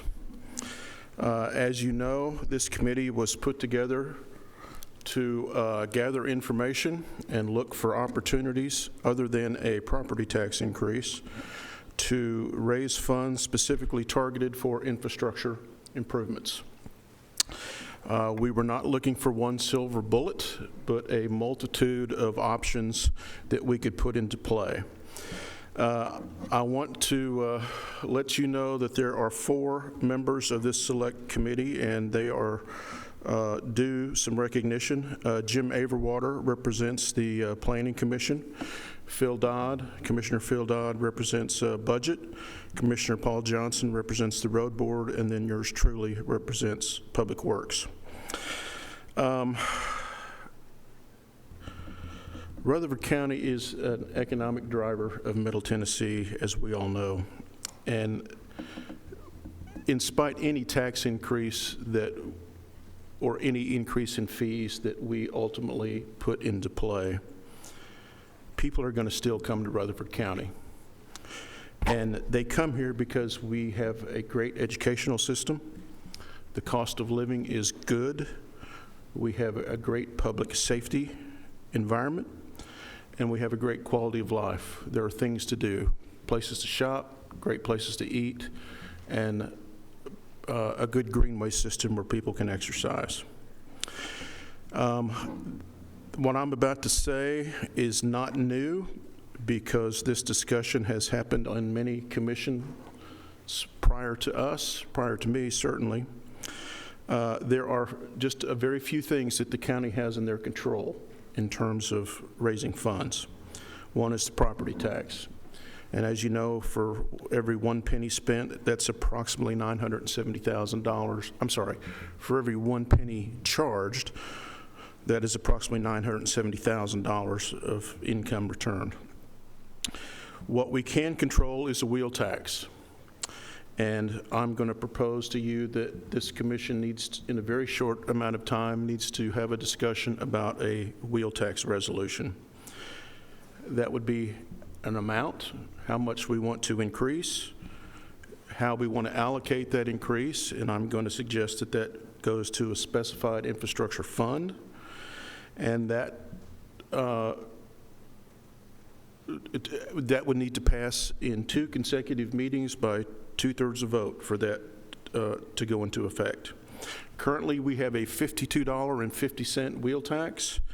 That has not been increased since the year 2000.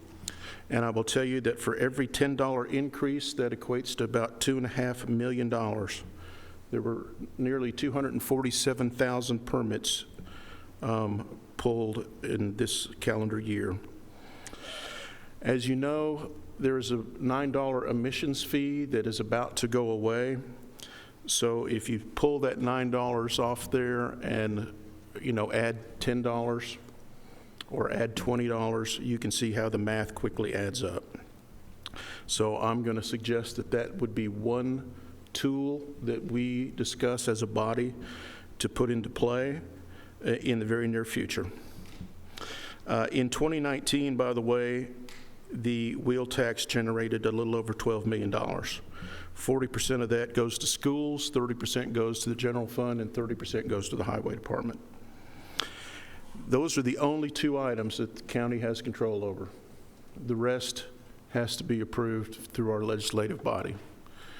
And much like the theme of tonight's last 3 hours have been, there have been opportunities missed with this county commission. There were things that could have been done many years ago where we could have had more flexibility, but we chose not to do that. And for now, we are only, well, let me just rephrase that. We're stuck with a development tax and a development tax alone. And right now, it's maxed at $1,500 per lot. That cannot be changed without an amendment to the Powers Act.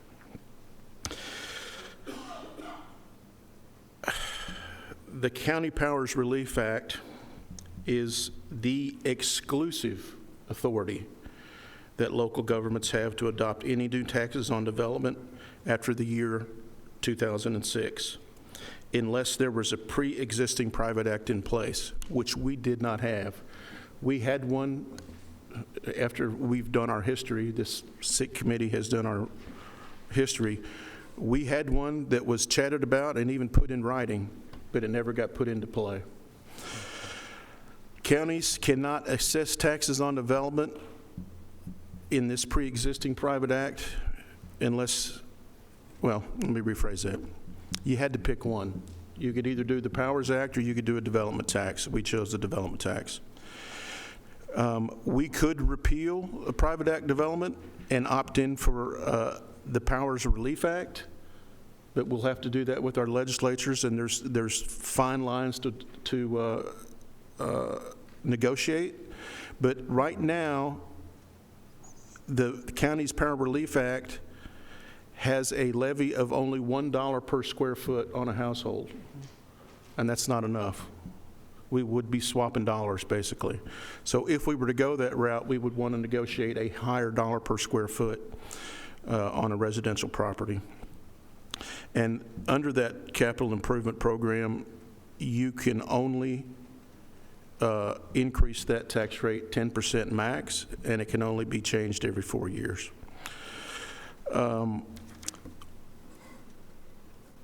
We also do not have a adequate facilities tax or a real estate transfer fee in play because the Powers Act doesn't allow that. We would like to see that discussed. The development tax, let me jump to the development tax. Last year, we raised $6,430,000 in the development tax. The problem with the development tax right now is we're maxed at $1,500. That was never indexed for inflation. If it was, it would be $1,870 right now. That also is an unfair tax in the terms of it does not matter how big your lot size is. It's $1,500 no matter what, whether you have a small lot or a large lot. And that Development Tax Act is 24 years old, so it's outlived its purpose.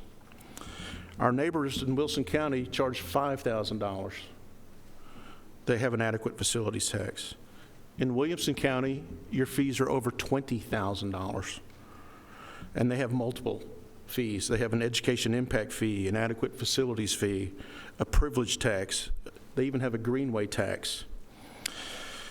We could attempt to ask the legislature to expand the exceptions to allow counties with private acts like us to increase that amount of our tax or access some types of additional tax. So that's what this committee is, action plan is to do next. We are bound by that $1,500. We can't, it's illegal for us to increase it. But the General Assembly did pass legislation that says the counties can amend their pre-existing private act. And in fact, Jeff Phillips last year put a resolution together to ask that our legislative body indeed look at that and ask for help. There has been nothing done to this point on that. This was why last month I stood up and said we need to see our folks, and McAdoo read a resolution. We need to see our folks at least every quarter. We need to become best friends with our legislative body and help amend, add to, repeal, and give us more flexibility in how to raise money. A real estate transfer tax is part of the things that we talked about. The County Powers Relief Act expressly says that no county can do that, but that is a very fair tax in my opinion. It has a built-in inflation mode. It's more resistant to economic downturns, and it does not really burden the low-income families like a development tax does. And if there was one in place, a simple 10 cents per 100 would generate about $3 million based on last year's property transfers. Commissioner Johnson brought up a mineral severance tax. That's basically a 15-cent per ton tax on minerals that are harvested out of the ground. Turns out we can't change that unless the legislative body changes that with a private act. We'd like to see that go up to a quarter, but we were told by legal and as well as the folks in the quarry business that you better get that done statewide, because you're going to have a problem if one county has one rate and the next county has another rate, and you have rock haulers traveling all across the country. It would be a nightmare to audit. So certainly it would be a nice request to sit down with our legislators and ask for a 25-cent per ton severance tax across the whole state of Tennessee. So again, these are just a list and litany of possibilities. And the last few, particularly the special assessment district, is something that may have some merit. And this is an item where if we're building a school in a district that's challenged with infrastructure, that you could assess that whole school district until you get your infrastructure paid for, and then that assessment goes away. Legal's still working on the feasibility of that, but that is a possibility, and other counties are doing that, other cities are doing that, so that has some possibility. Some counties and many cities have a stormwater fee. This is fees that households would pay, just a few dollars a month, but this would help pay for mandated EPA regulations that those monies go into stormwater projects, bigger ditches, bigger pipes to help move stormwater from point A to point B and help relieve flooding. So I'm going through this kind of fast because it's for the sake of time. But our next actions are, as said earlier, I would like for us to debate the wheel tax option. Our committee is going to meet with CTAS, and we have made some contact with them, and they are willing to help us out and give us some guidance. And then lastly, we need to begin our regular meetings with our legislative body and with our hat in our hand, explain to them our need and the fact that we are a fast-growing county. We need some help. The problem I see is that with Williamson fees, development fees so high, and now that Wilson is $5,000 and we're still at $1,500, all that's going to do is make it more attractive to build and develop here in Rutherford County, which is just going to compound our problem even more. So, like you've heard this phrase many times, the congestion is not going to get any better, right? Road capacity is not going to get any better. So until we get some more money to help improve, it is what it is. Any questions for me? It's been a long time since we had a discussion that related to wheel tax or any of those. Yeah. Since 2000. My recollection is that it would take an easy petition from the citizens in general to put that on the ballot versus getting us to make a decision. Has anything changed there, or is that still, if we were to make the proposal and then a group of citizens got together and said, we don't want it, so we want to put it on the ballot for us to make the decision, is that still the rule of the land? I'll defer to Nick. There are two ways to enact a wheel tax. One is a sure enough referendum that the citizens vote on. The other is 2 consecutive readings with 2/3 vote. But whether they can challenge that, I think is where you're heading. Yeah. I'll let Nick. I'll just, I got a little excerpt here. Let me just read it. It might be helpful. Counties may levy a privilege tax on motor vehicles. The tax may be levied by one of the following methods: by passage of a resolution, by a 2/3 vote by the county legislative body at 2 consecutive regularly scheduled legislative body meetings. That's number one. Number two, by passage of a resolution by this body by a regular majority vote within an approval of a referendum provided for in the resolution. So that's where you're basically sending it directly to the people to vote on. And then by private act. And then, yes, you're correct that the 2/3 majority process is subject to a referendum if a petition signed by a number of registered voters equal a 10% of the number of voters in the last election is filed with the County Election Commission within 30 days of passing the resolution. I only brought that up because even if we did study and decided that we wanted to do something there, it could be vetoed by the public at general. And we realized that in the past and would have to realize that kind of going forward. I remember a former commissioner, and maybe nobody remembers this commissioner. Hey. Cook, Stan Vaught was up here, and when we had this discussion before, he said in his own words, and I think I'm quoting him exactly, this is going to go before the public, and what tax-paying citizen in their right mind would vote for a tax increase? So it would probably be taken out of our hands, and it just narrows the scope that much more.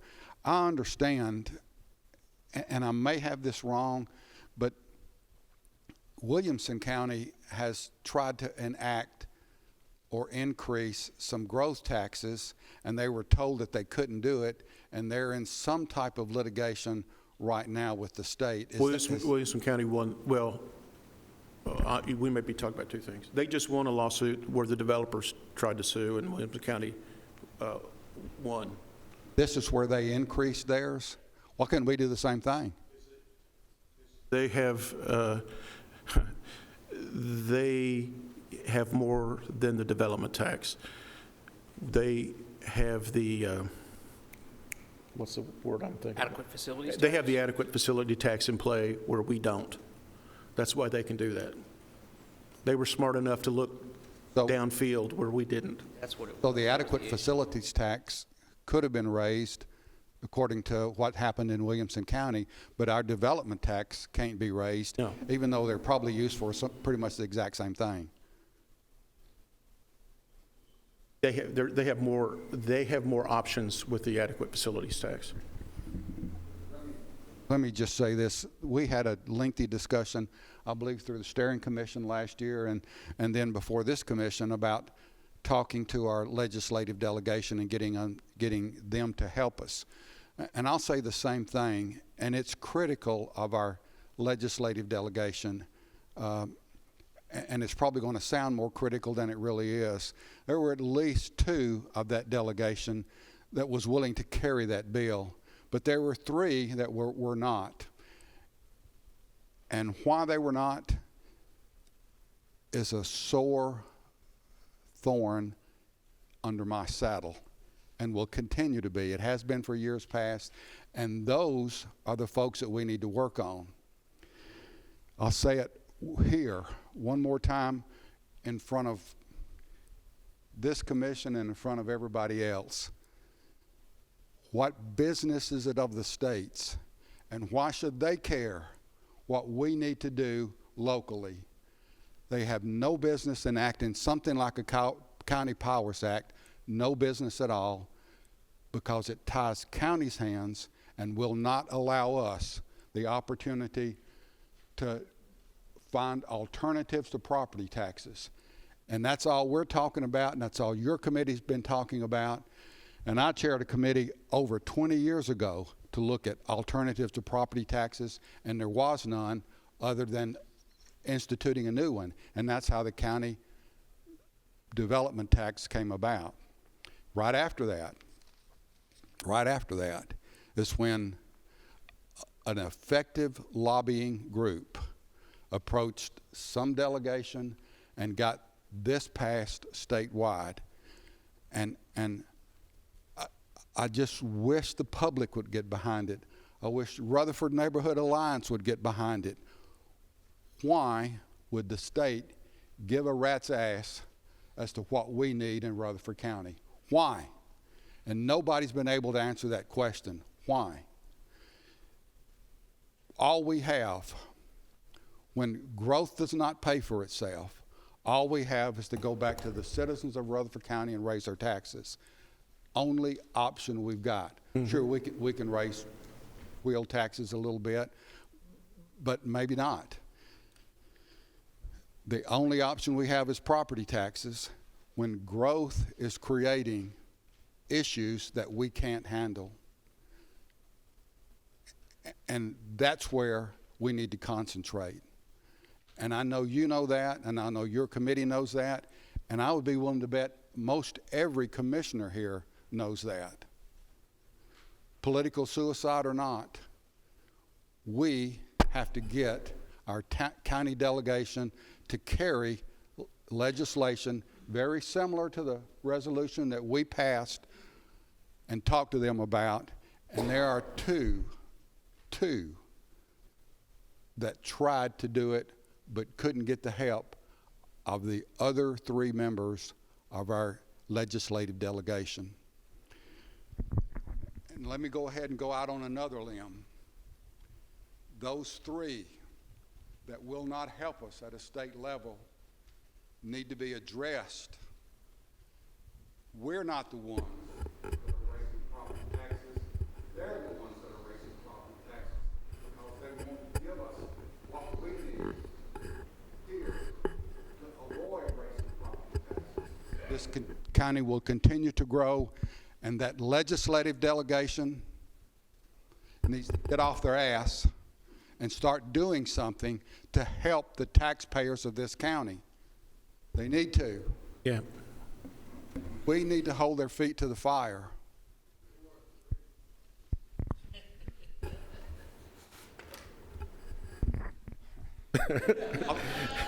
I'll tell you, Shane Reeves and Charlie Baum were willing to carry it. Yeah. You can do the math on the rest. And he mentioned the word political suicide. For those who aren't going to help us, our friends like Scott Broden, who work for the paper, and we have a new social media person for the county, they can help get the word out. I mean, those people who are going to be obstinate and not help us, the voters of the county will know who's with us or without us. So it's their own political suicide, and I'm not afraid to carry that torch. I'm a big boy. It takes a lot of ketchup to eat a guy like me. So thank you, Jeff. That's very good. I yield to you. In raising taxes, the development tax, at the time that the development tax was written, not any of us knew what the future would be. Right. And we're not planning for the future, and there's no way you can plan for the future. And I don't know what to do about it. And then the senior citizens are talking about the property taxes are high, they can't afford it. Right. They're not working. So need to think about the future and what you can do for the elderly who carries a lot of the weight here. Because the younger people with children, it's hard for them to carry weight. So whatever you do in taxes, think about it. Well, our goal is to help, is to try and get the developers to pay their fair share. And I know that's basically a pass-through, but right, right. Yeah. But usually the folks that are buying the houses are the ones that are more equipped to pay. For the most part. Not the elderly aren't buying as many houses as the middle-aged. Our average age for the county is a lot younger than you think.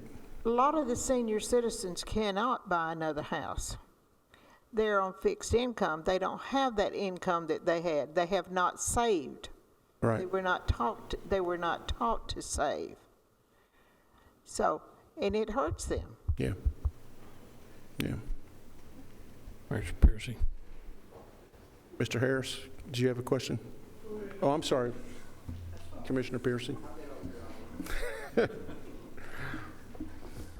got a question for you. I asked earlier, and it was really too late to get an answer from the bench. So I'm going to ask you: any new tax that we do, that has to go through the state for approval, right?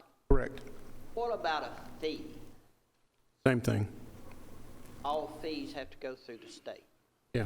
You can call it whatever you want, but if we raise anything, it has to be approved by the legislative body. Yeah, it's like putting lipstick on a pig. It's still the same thing. We can't add to the development tax. We can't charge an impact fee. We can't do a transaction fee. We can't do a welcome to Rutherford County, we're going to charge you $100 fee. We can't do any of that. Could we charge a green space user's fee, like for the space the actual home covers up that will never be green again, charged by the square footage? Well, Won't do anything to them. we actually have a disturbance Phil, you may know about this. Don't we have a disturbance? Mike Hughes left, right? Don't we have a disturbance fee? Yeah, we have a fee like that already that the developer pays, right? Just during active construction. So we gig them a little bit on turning dirt over on a piece of property. But what I was going for was to try to get something out of the development and not out of the homeowners that's been here for years and years. Like Ms. Cook said, people on a fixed income. anything we... Tax sticker's been beat to death. Yeah. Anything we would try and do would be illegal in the terms of the state of Tennessee. We would have to change the Powers Act, and that's why we need to start kissing butts at Nashville to make good with those people so they can help us. Otherwise, property tax is all we have. Commissioner Dodd. Thank you, Chairman. Steve, we do have, there's long-term solutions, and long-term solutions are through the delegation, and that to give us more latitude to charge the development industry, the home builder industry, and the real estate industry. So there's long-term solutions that a few of which might make a few $1 million each, and then there are short-term. So what we're looking at on a dual role is, can we attack some short-term solutions to get part of the road fund built up while we're simultaneously working on the long-term solution. So I just want to make that clear. We're not trying to get one bucket and fill it with wheel tax. It's just one portion of it, because it's probably going to take about 3 or 4 different items that cuts across the whole demographic to really get the funds we need. Cornucopia of things. Whether you put it on the wheel tax or you put it on the property tax, it still comes out of that right there. Right. It comes out of the pocket.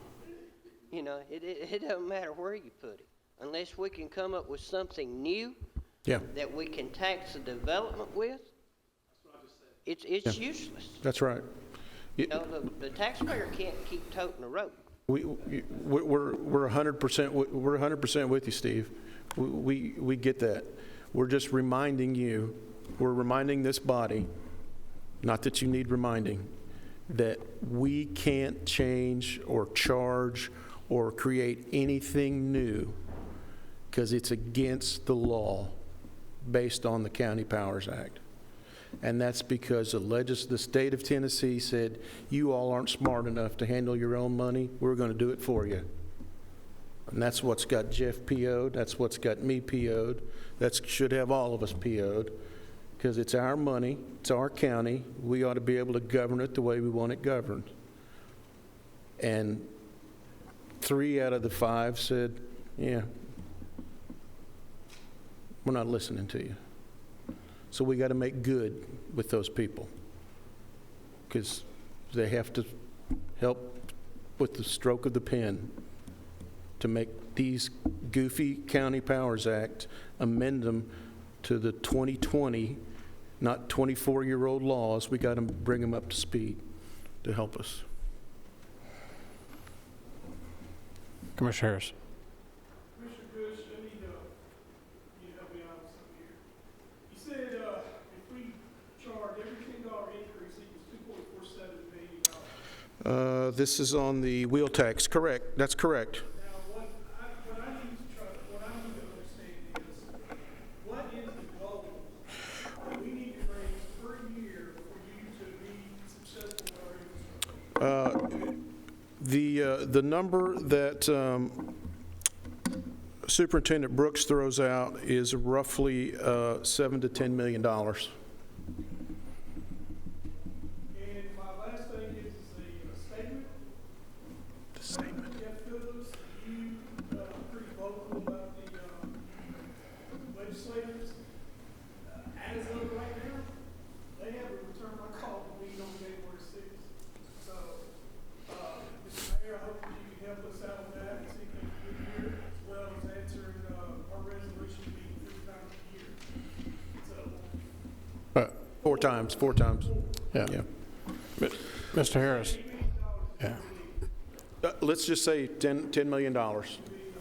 And that's just for, you know, like the one school that is out in Pettis's world, it's going to cost us at least $10 million to improve the roads for the first phase. So, you know, it's a big number. Anyone else? Let me make a few comments. Cities in our state are more flexible, so they pass ordinances and they can get away with things, whereas counties can't because we are subdivisions of the state.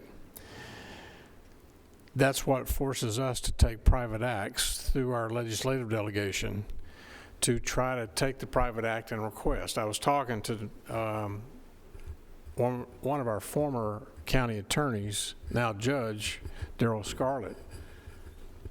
Judge Scarlett was our county attorney at the time that we passed the development tax in this county and limited that to only 1,000, but they were specific. He tried to say, please don't do this, because he could foresee the need was going to be there. Don't limit yourself, but that's what the commission wanted. That's why Williamson County didn't go with the development tax and cap it at 1,000. They have that flexibility.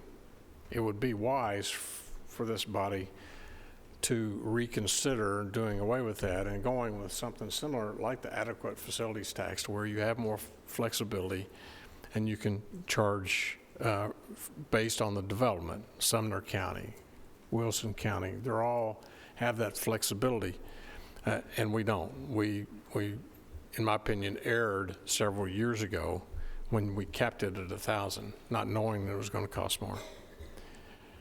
I said on my 16 years in the Senate, I spent 10 years on the state and local committee, 6 of those as chairman. Anytime the delegation from any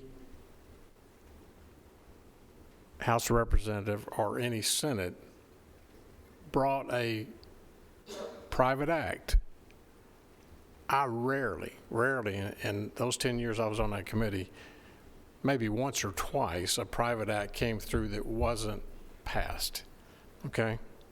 Because you have enough respect for your colleague in the Senate or the House to bring a resolution who represent the people back home, and you're not going to tell them no, because you don't have any say-so. People in Memphis didn't have any say-so in Rutherford County. So I think it's incumbent that this body make sure that when they meet in January with the legislators, have in mind what you want them to carry for you. And if they get down there and don't have the backbone to present it because they're more worried about the votes they're going to get, then that needs to be brought up when they run for election. But I doubt that if whatever you give them, it should pass. A private act is rarely denied when it goes through both state and local committees in both houses. So you need to get them to buy in with the people that they represent, so we don't lay it at the feet of our taxpayers. Just to comment on how that system works, okay? Does that complete your report? Okay. Any questions for the chairman? If not, we'll move on to Steering Legislative Governmental Committee. Finally.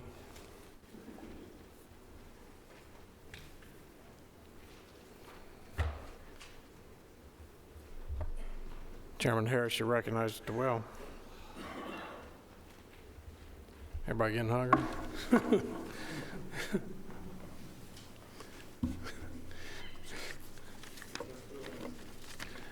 Jeff Phillips, I just want everybody to know how much I appreciate you. First thing we're going to talk about is, before I read the resolution, is to amend Rutherford County Board of Commissioners Rules and Regulation Handbook for Chairman Pro Tem duties. I want to read these off to you before I get to the resolution. There's 5 things that we talked about in steering for the Chairman of Pro Tem. Extra duties, which he's already doing now, and the ones that we're adding. So the first one is to be an ex officio member of the standing committees outlined by Rule 7. The second one is to review the county commission agenda presented by the chairman.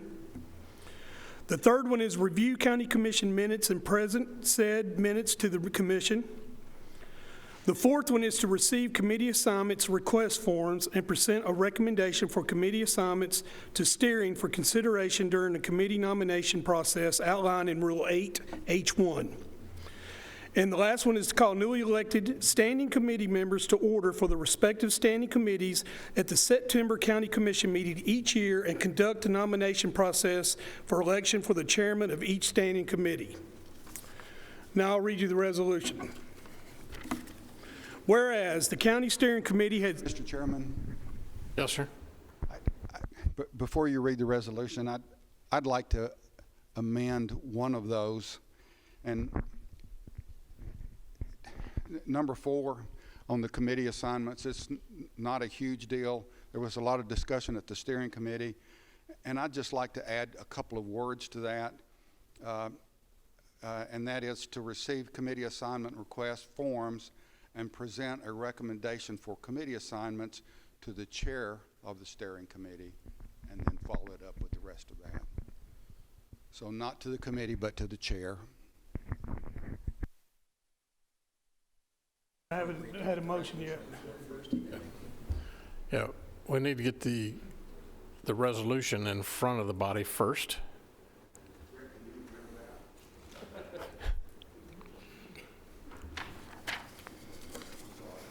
It's all right. All right. Whereas the County Steering Committee has recommended the formal establishment of certain duties for the Chairman Pro Tem position, and whereas it is in the best interest of the citizens of Rutherford County that the County Commission rules and regulations, as well as the Commissioner Handbook, be amended to reflect such duties of the Chairman Pro Tem. Now therefore be it resolved by the Rutherford County Board of Commissioners as follows: that the heading of Rule 2 of the Commission Rules and Regulations be amended to state Chairman and Chairman Pro Tem. The amendment to the Commission Rules, Rule 2, Chairman and Chairman Pro Tem attached hereto and incorporated herein by reference as if set forth at length verbatim, be it the same as hereby adopted as an amendment to the County Commission Rules and Regulations. The Commissioner Handbook be in the same as amended as set forth in the further attachment hereto, incorporated herein by reference as if set forth herein at length verbatim. Resolved this 12th day of January 2019. Mr. Chairman, I move to accept. I have a motion. Is there a second? And a second. Now, Commissioner Phillips, you're recognized. You want him to read your amendment? Yes. Would you, Rick? I'll just restate it. I think it's bullet point number 4. And the reason I think behind this is just to give more input from the full commission. One more idea, one more thing to take a look at. And if you'll read that carefully, it doesn't say that the Chairman Pro Tem is going to make those assignments, but just make a recommendation as any other steering committee member could or would. But I'd like to amend that to say, present a recommendation for committee assignments to the chair of the steering committee for consideration. You've heard the motion and a second on the amendment to the main motion. Commissioner Allen. I just have a question. I guess one of the key points, one of the key responsibilities that I see of the Chairman Pro Tem is their ability to be able to seamlessly fill in for the chair or the county executive if there's some reason that they can't be there, the county mayor can't be there. I don't see anything in here that there's going to be any meetings or communication, anything on any kind of a regular ongoing basis. And to me, that feels like the most important part of this job, and I'm just not sure why it's not there. Commissioner Phillips. If I can address it, I had a couple of commissioners ask about that, and I'm not sure. There's not anything in the handbook right now, and this is a first attempt to kind of update the handbook. And as we go forward, I think it could be updated a little bit more. But the review is intended to serve that particular person, that particular comment. Commissioner Allen, review the agenda as presented by the chairman. Create face-to-face, or at least some verbal county. That's what that bullet point number 2 was meant to start that process. So there would be at least a familiarization for any chairman pro tem in the future to have that listed as a duty in the handbook to where that would have to take place. I know it probably doesn't go quite as far as you talked about, but in my mind, I think it's a first step, and it could also be expanded in the future or changed in the future. But there are at least 2 bullet points in there that would allow the chairman pro tem and the chairman of the commission to have conversation. But as outlined in the resolution, it also mirrors chairman pro tem and chairman with a lot of very similar duties in there. And I think that also adds a little bit of amount of tooth to the situation as well. Other questions on the amendment? Commissioner Piercy, I'm sorry. I started to call you Senator a minute ago too, okay, so I started to call you Senator, so go right ahead, it's getting late.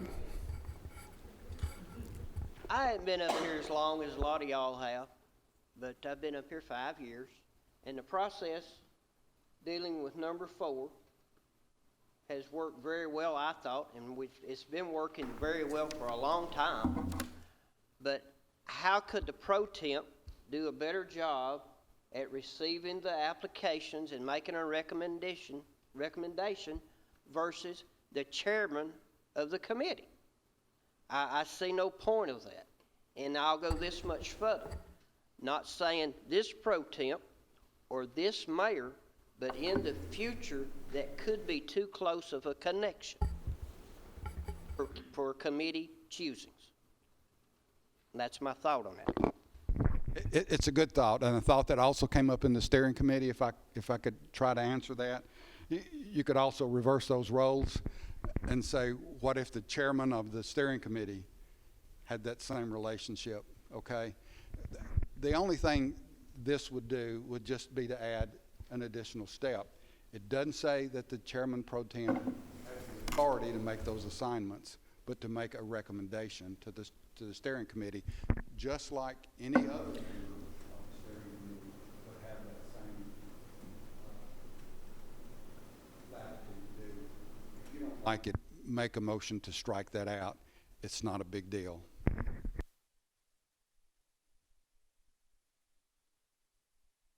Just added chairman instead of steering committee, chairman. I mean, I'll make a remark. I feel that the way that it is now is the way it should be. I think that the chairman pro tem there's no problem with, if you want to reach out and ask him for advice, but as far as him having any authority or vote or veto, no, I'm absolutely against that. So, and that's one of the things that we talked about as steering committees, make sure it's advisory only. So does that answer your question? Is that a motion? All right.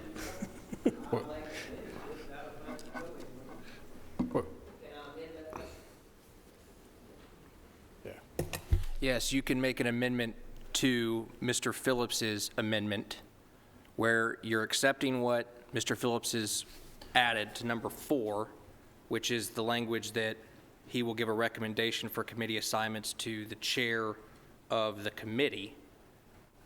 And then in addition, whatever amendment you want, but it sounds like you want the entire section 4 out, correct?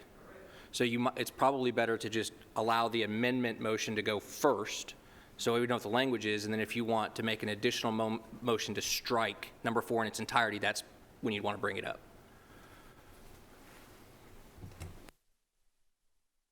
Okay, we're on the amendment. Any further questions on the amendment to the main motion? All in favor signify by saying aye. Aye. All opposed? Motion carries. I'd like to make an Commissioner amendment Piercy. to the original motion to strike number 4. Have a motion and a second. Discussion. Seeing none, all in favor of the amendment signify by saying aye. Aye. All opposed?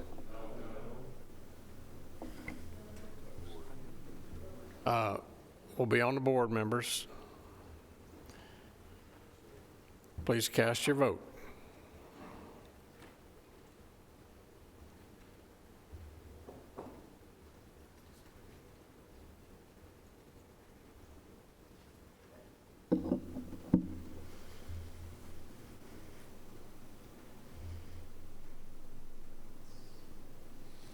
Record the vote. Anyone that did not vote and wishes to vote, or anyone who would like to change your vote, you may do so now. Record the vote, Madam Clerk. 8 yes, 10 no. Motion fails. Okay, back on the main motion as amended. All in favor of the main motion signify by saying aye. All opposed? Motion carries.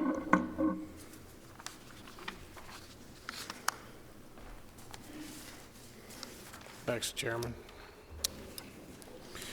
All right, next, we want to recommend election for Commissioners Joe Gurley and Phyllis Ferguson for reappointment to the Agriculture Advisory Board. Mr. Chairman, I so move. Have a motion and a second. Any discussion? Any other nominations from the floor?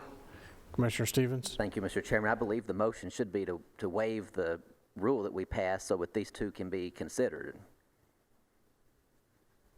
Well, I mean, they're not really, no.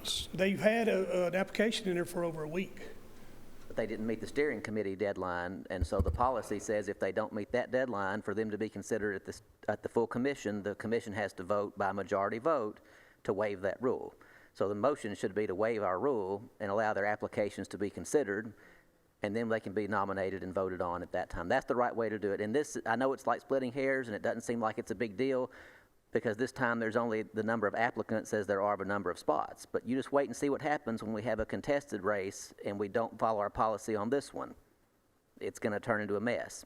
So we really need to follow the policy that we adopted a few months ago.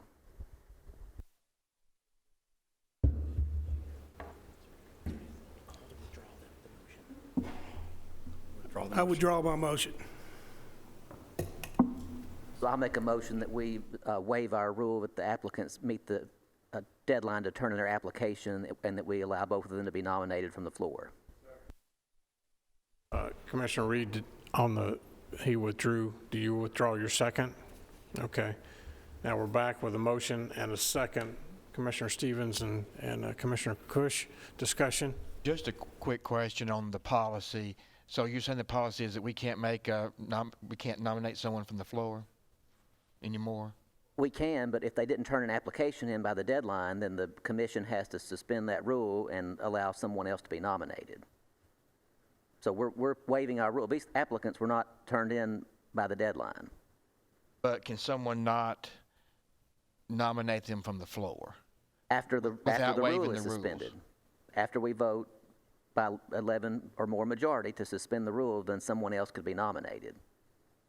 So that's what my motion is that we waive the rule on this case to allow these two applications to be considered. I feel like you're not following me. Well, I'm not, because I thought that at any point someone from the floor, from the commission, could nominate someone from the floor. I didn't know that the policy changed, that we would have to waive a rule. We voted about 6-7 months ago, so if someone did not turn their application in 1 week before the steering committee, they would not be considered at the steering committee meeting or on the floor of the commission unless the commission waived the rule by a majority vote to allow them to be considered. Okay, so is there a policy that if someone doesn't put an application in, can someone still nominate a person from the floor? If the commission waives the rule. Waive the rule. So that's what the motion is now. I understand. Question. Okay, is this a one-shot deal, or is this in perpetuity? from now on. So that needs to be clarified. We voted on this 6 or 8 months ago, and we changed our rules so that it applies to everything that comes to the steering committee. If someone wants to be on a board or fill a vacancy, they have to turn their application in at least 1 week before that meeting. And if they don't, it can still be considered at the commission if the rule is waived. If the commissioners say, no, we're not going to waive the rule to let your application be considered, it's not. But that applies to all the vacancies and boards that we have. Commissioner P. I remember about 8 months ago, I argued for about half an hour about us giving up some of our power to allow this to happen. And the way I understand this vote to come out is if someone has brought an application to the commission afterwards, we could still nominate them. So, Trey, if my memory serves me right, and these guys have put in applications since then you should be able to nominate them without this other rigmarole.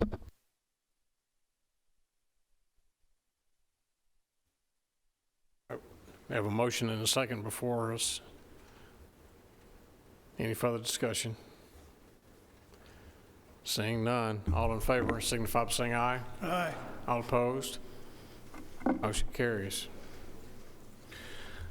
Steering Committee recommends to elect Commissioner Joe Gurley and Phyllis Ferguson for reappointment to the Agriculture Advisory Board. Mr. Chairman, I so move. Have a motion and a second. Any discussion or questions? Seeing none, all in favor signify by saying aye. All opposed, motion carries. We have 2 applicants for we found it. Correctional Work Center Board.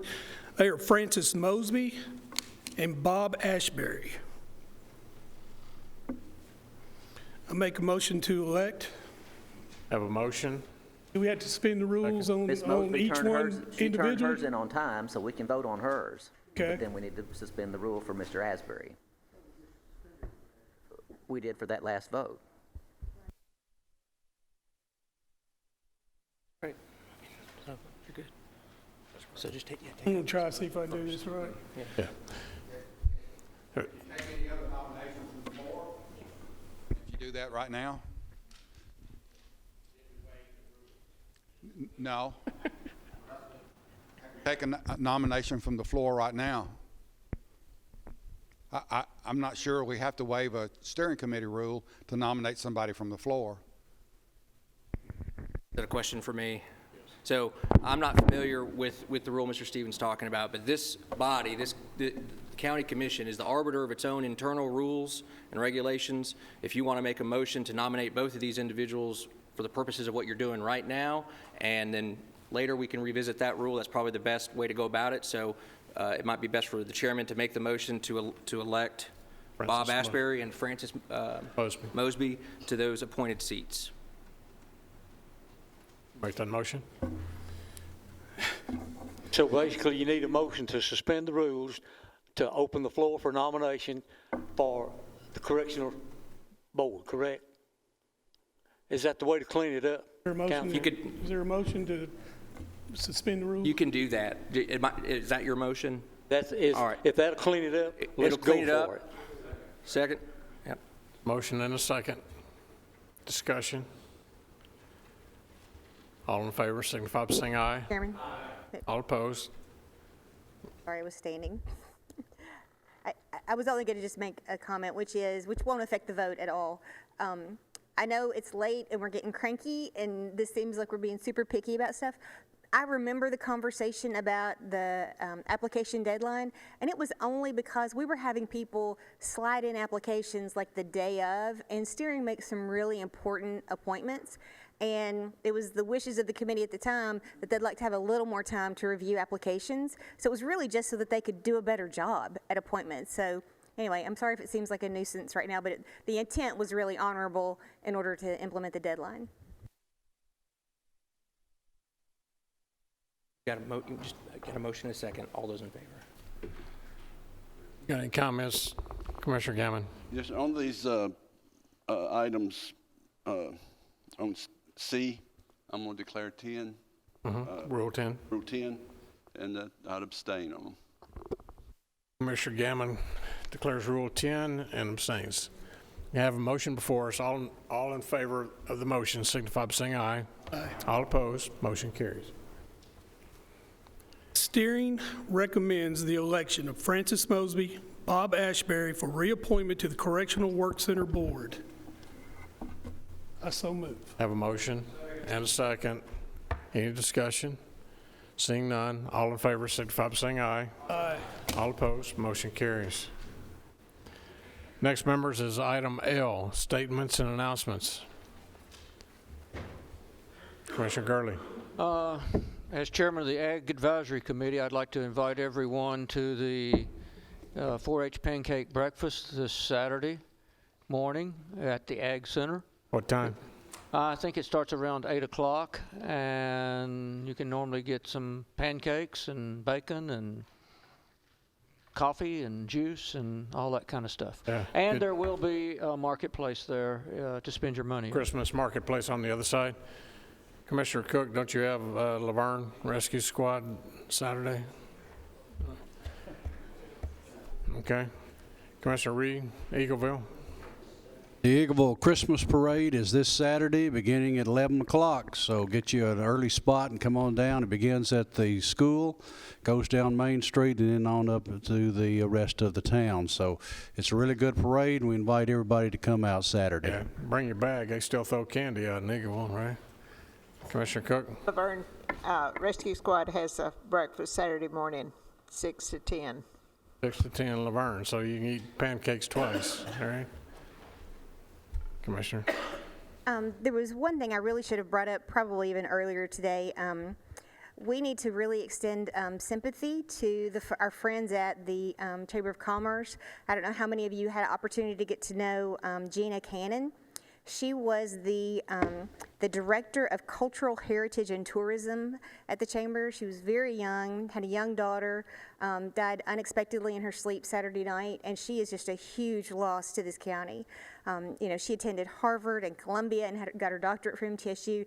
She was just really catching fire and doing a lot of great things in our community, and so I just really want to take a moment to extend our sympathies to her family. And then on a lighter note, I will say that this Tuesday, the 17th at 11 a.m., Smyrna Motlow is opening. They're having the ribbon cutting on building number 3, finally. So please, everybody come if you can, Tuesday at the 17th at 11 a.m. Thanks.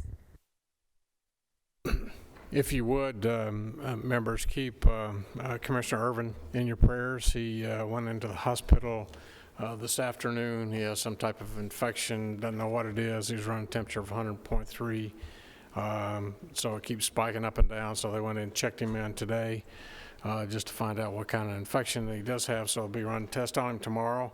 His wife fell last Saturday coming into the garage. She fell and her head went back, and she has a grapefruit hematoma on the back of her head. So he's had a rough week. You know, so she threw up all night, so she definitely has a concussion from hitting her head. So please keep him and his family, Debbie, I believe is her name, in your prayers. And is there anything else to come before the body? And I want to wish everyone a Merry Christmas. If you're traveling, be safe. If you're staying at home, enjoy, and let's be thankful for the reason of the season of what Christmas is all about. And we wish you a Merry Christmas and Happy New Year. We stand adjourned.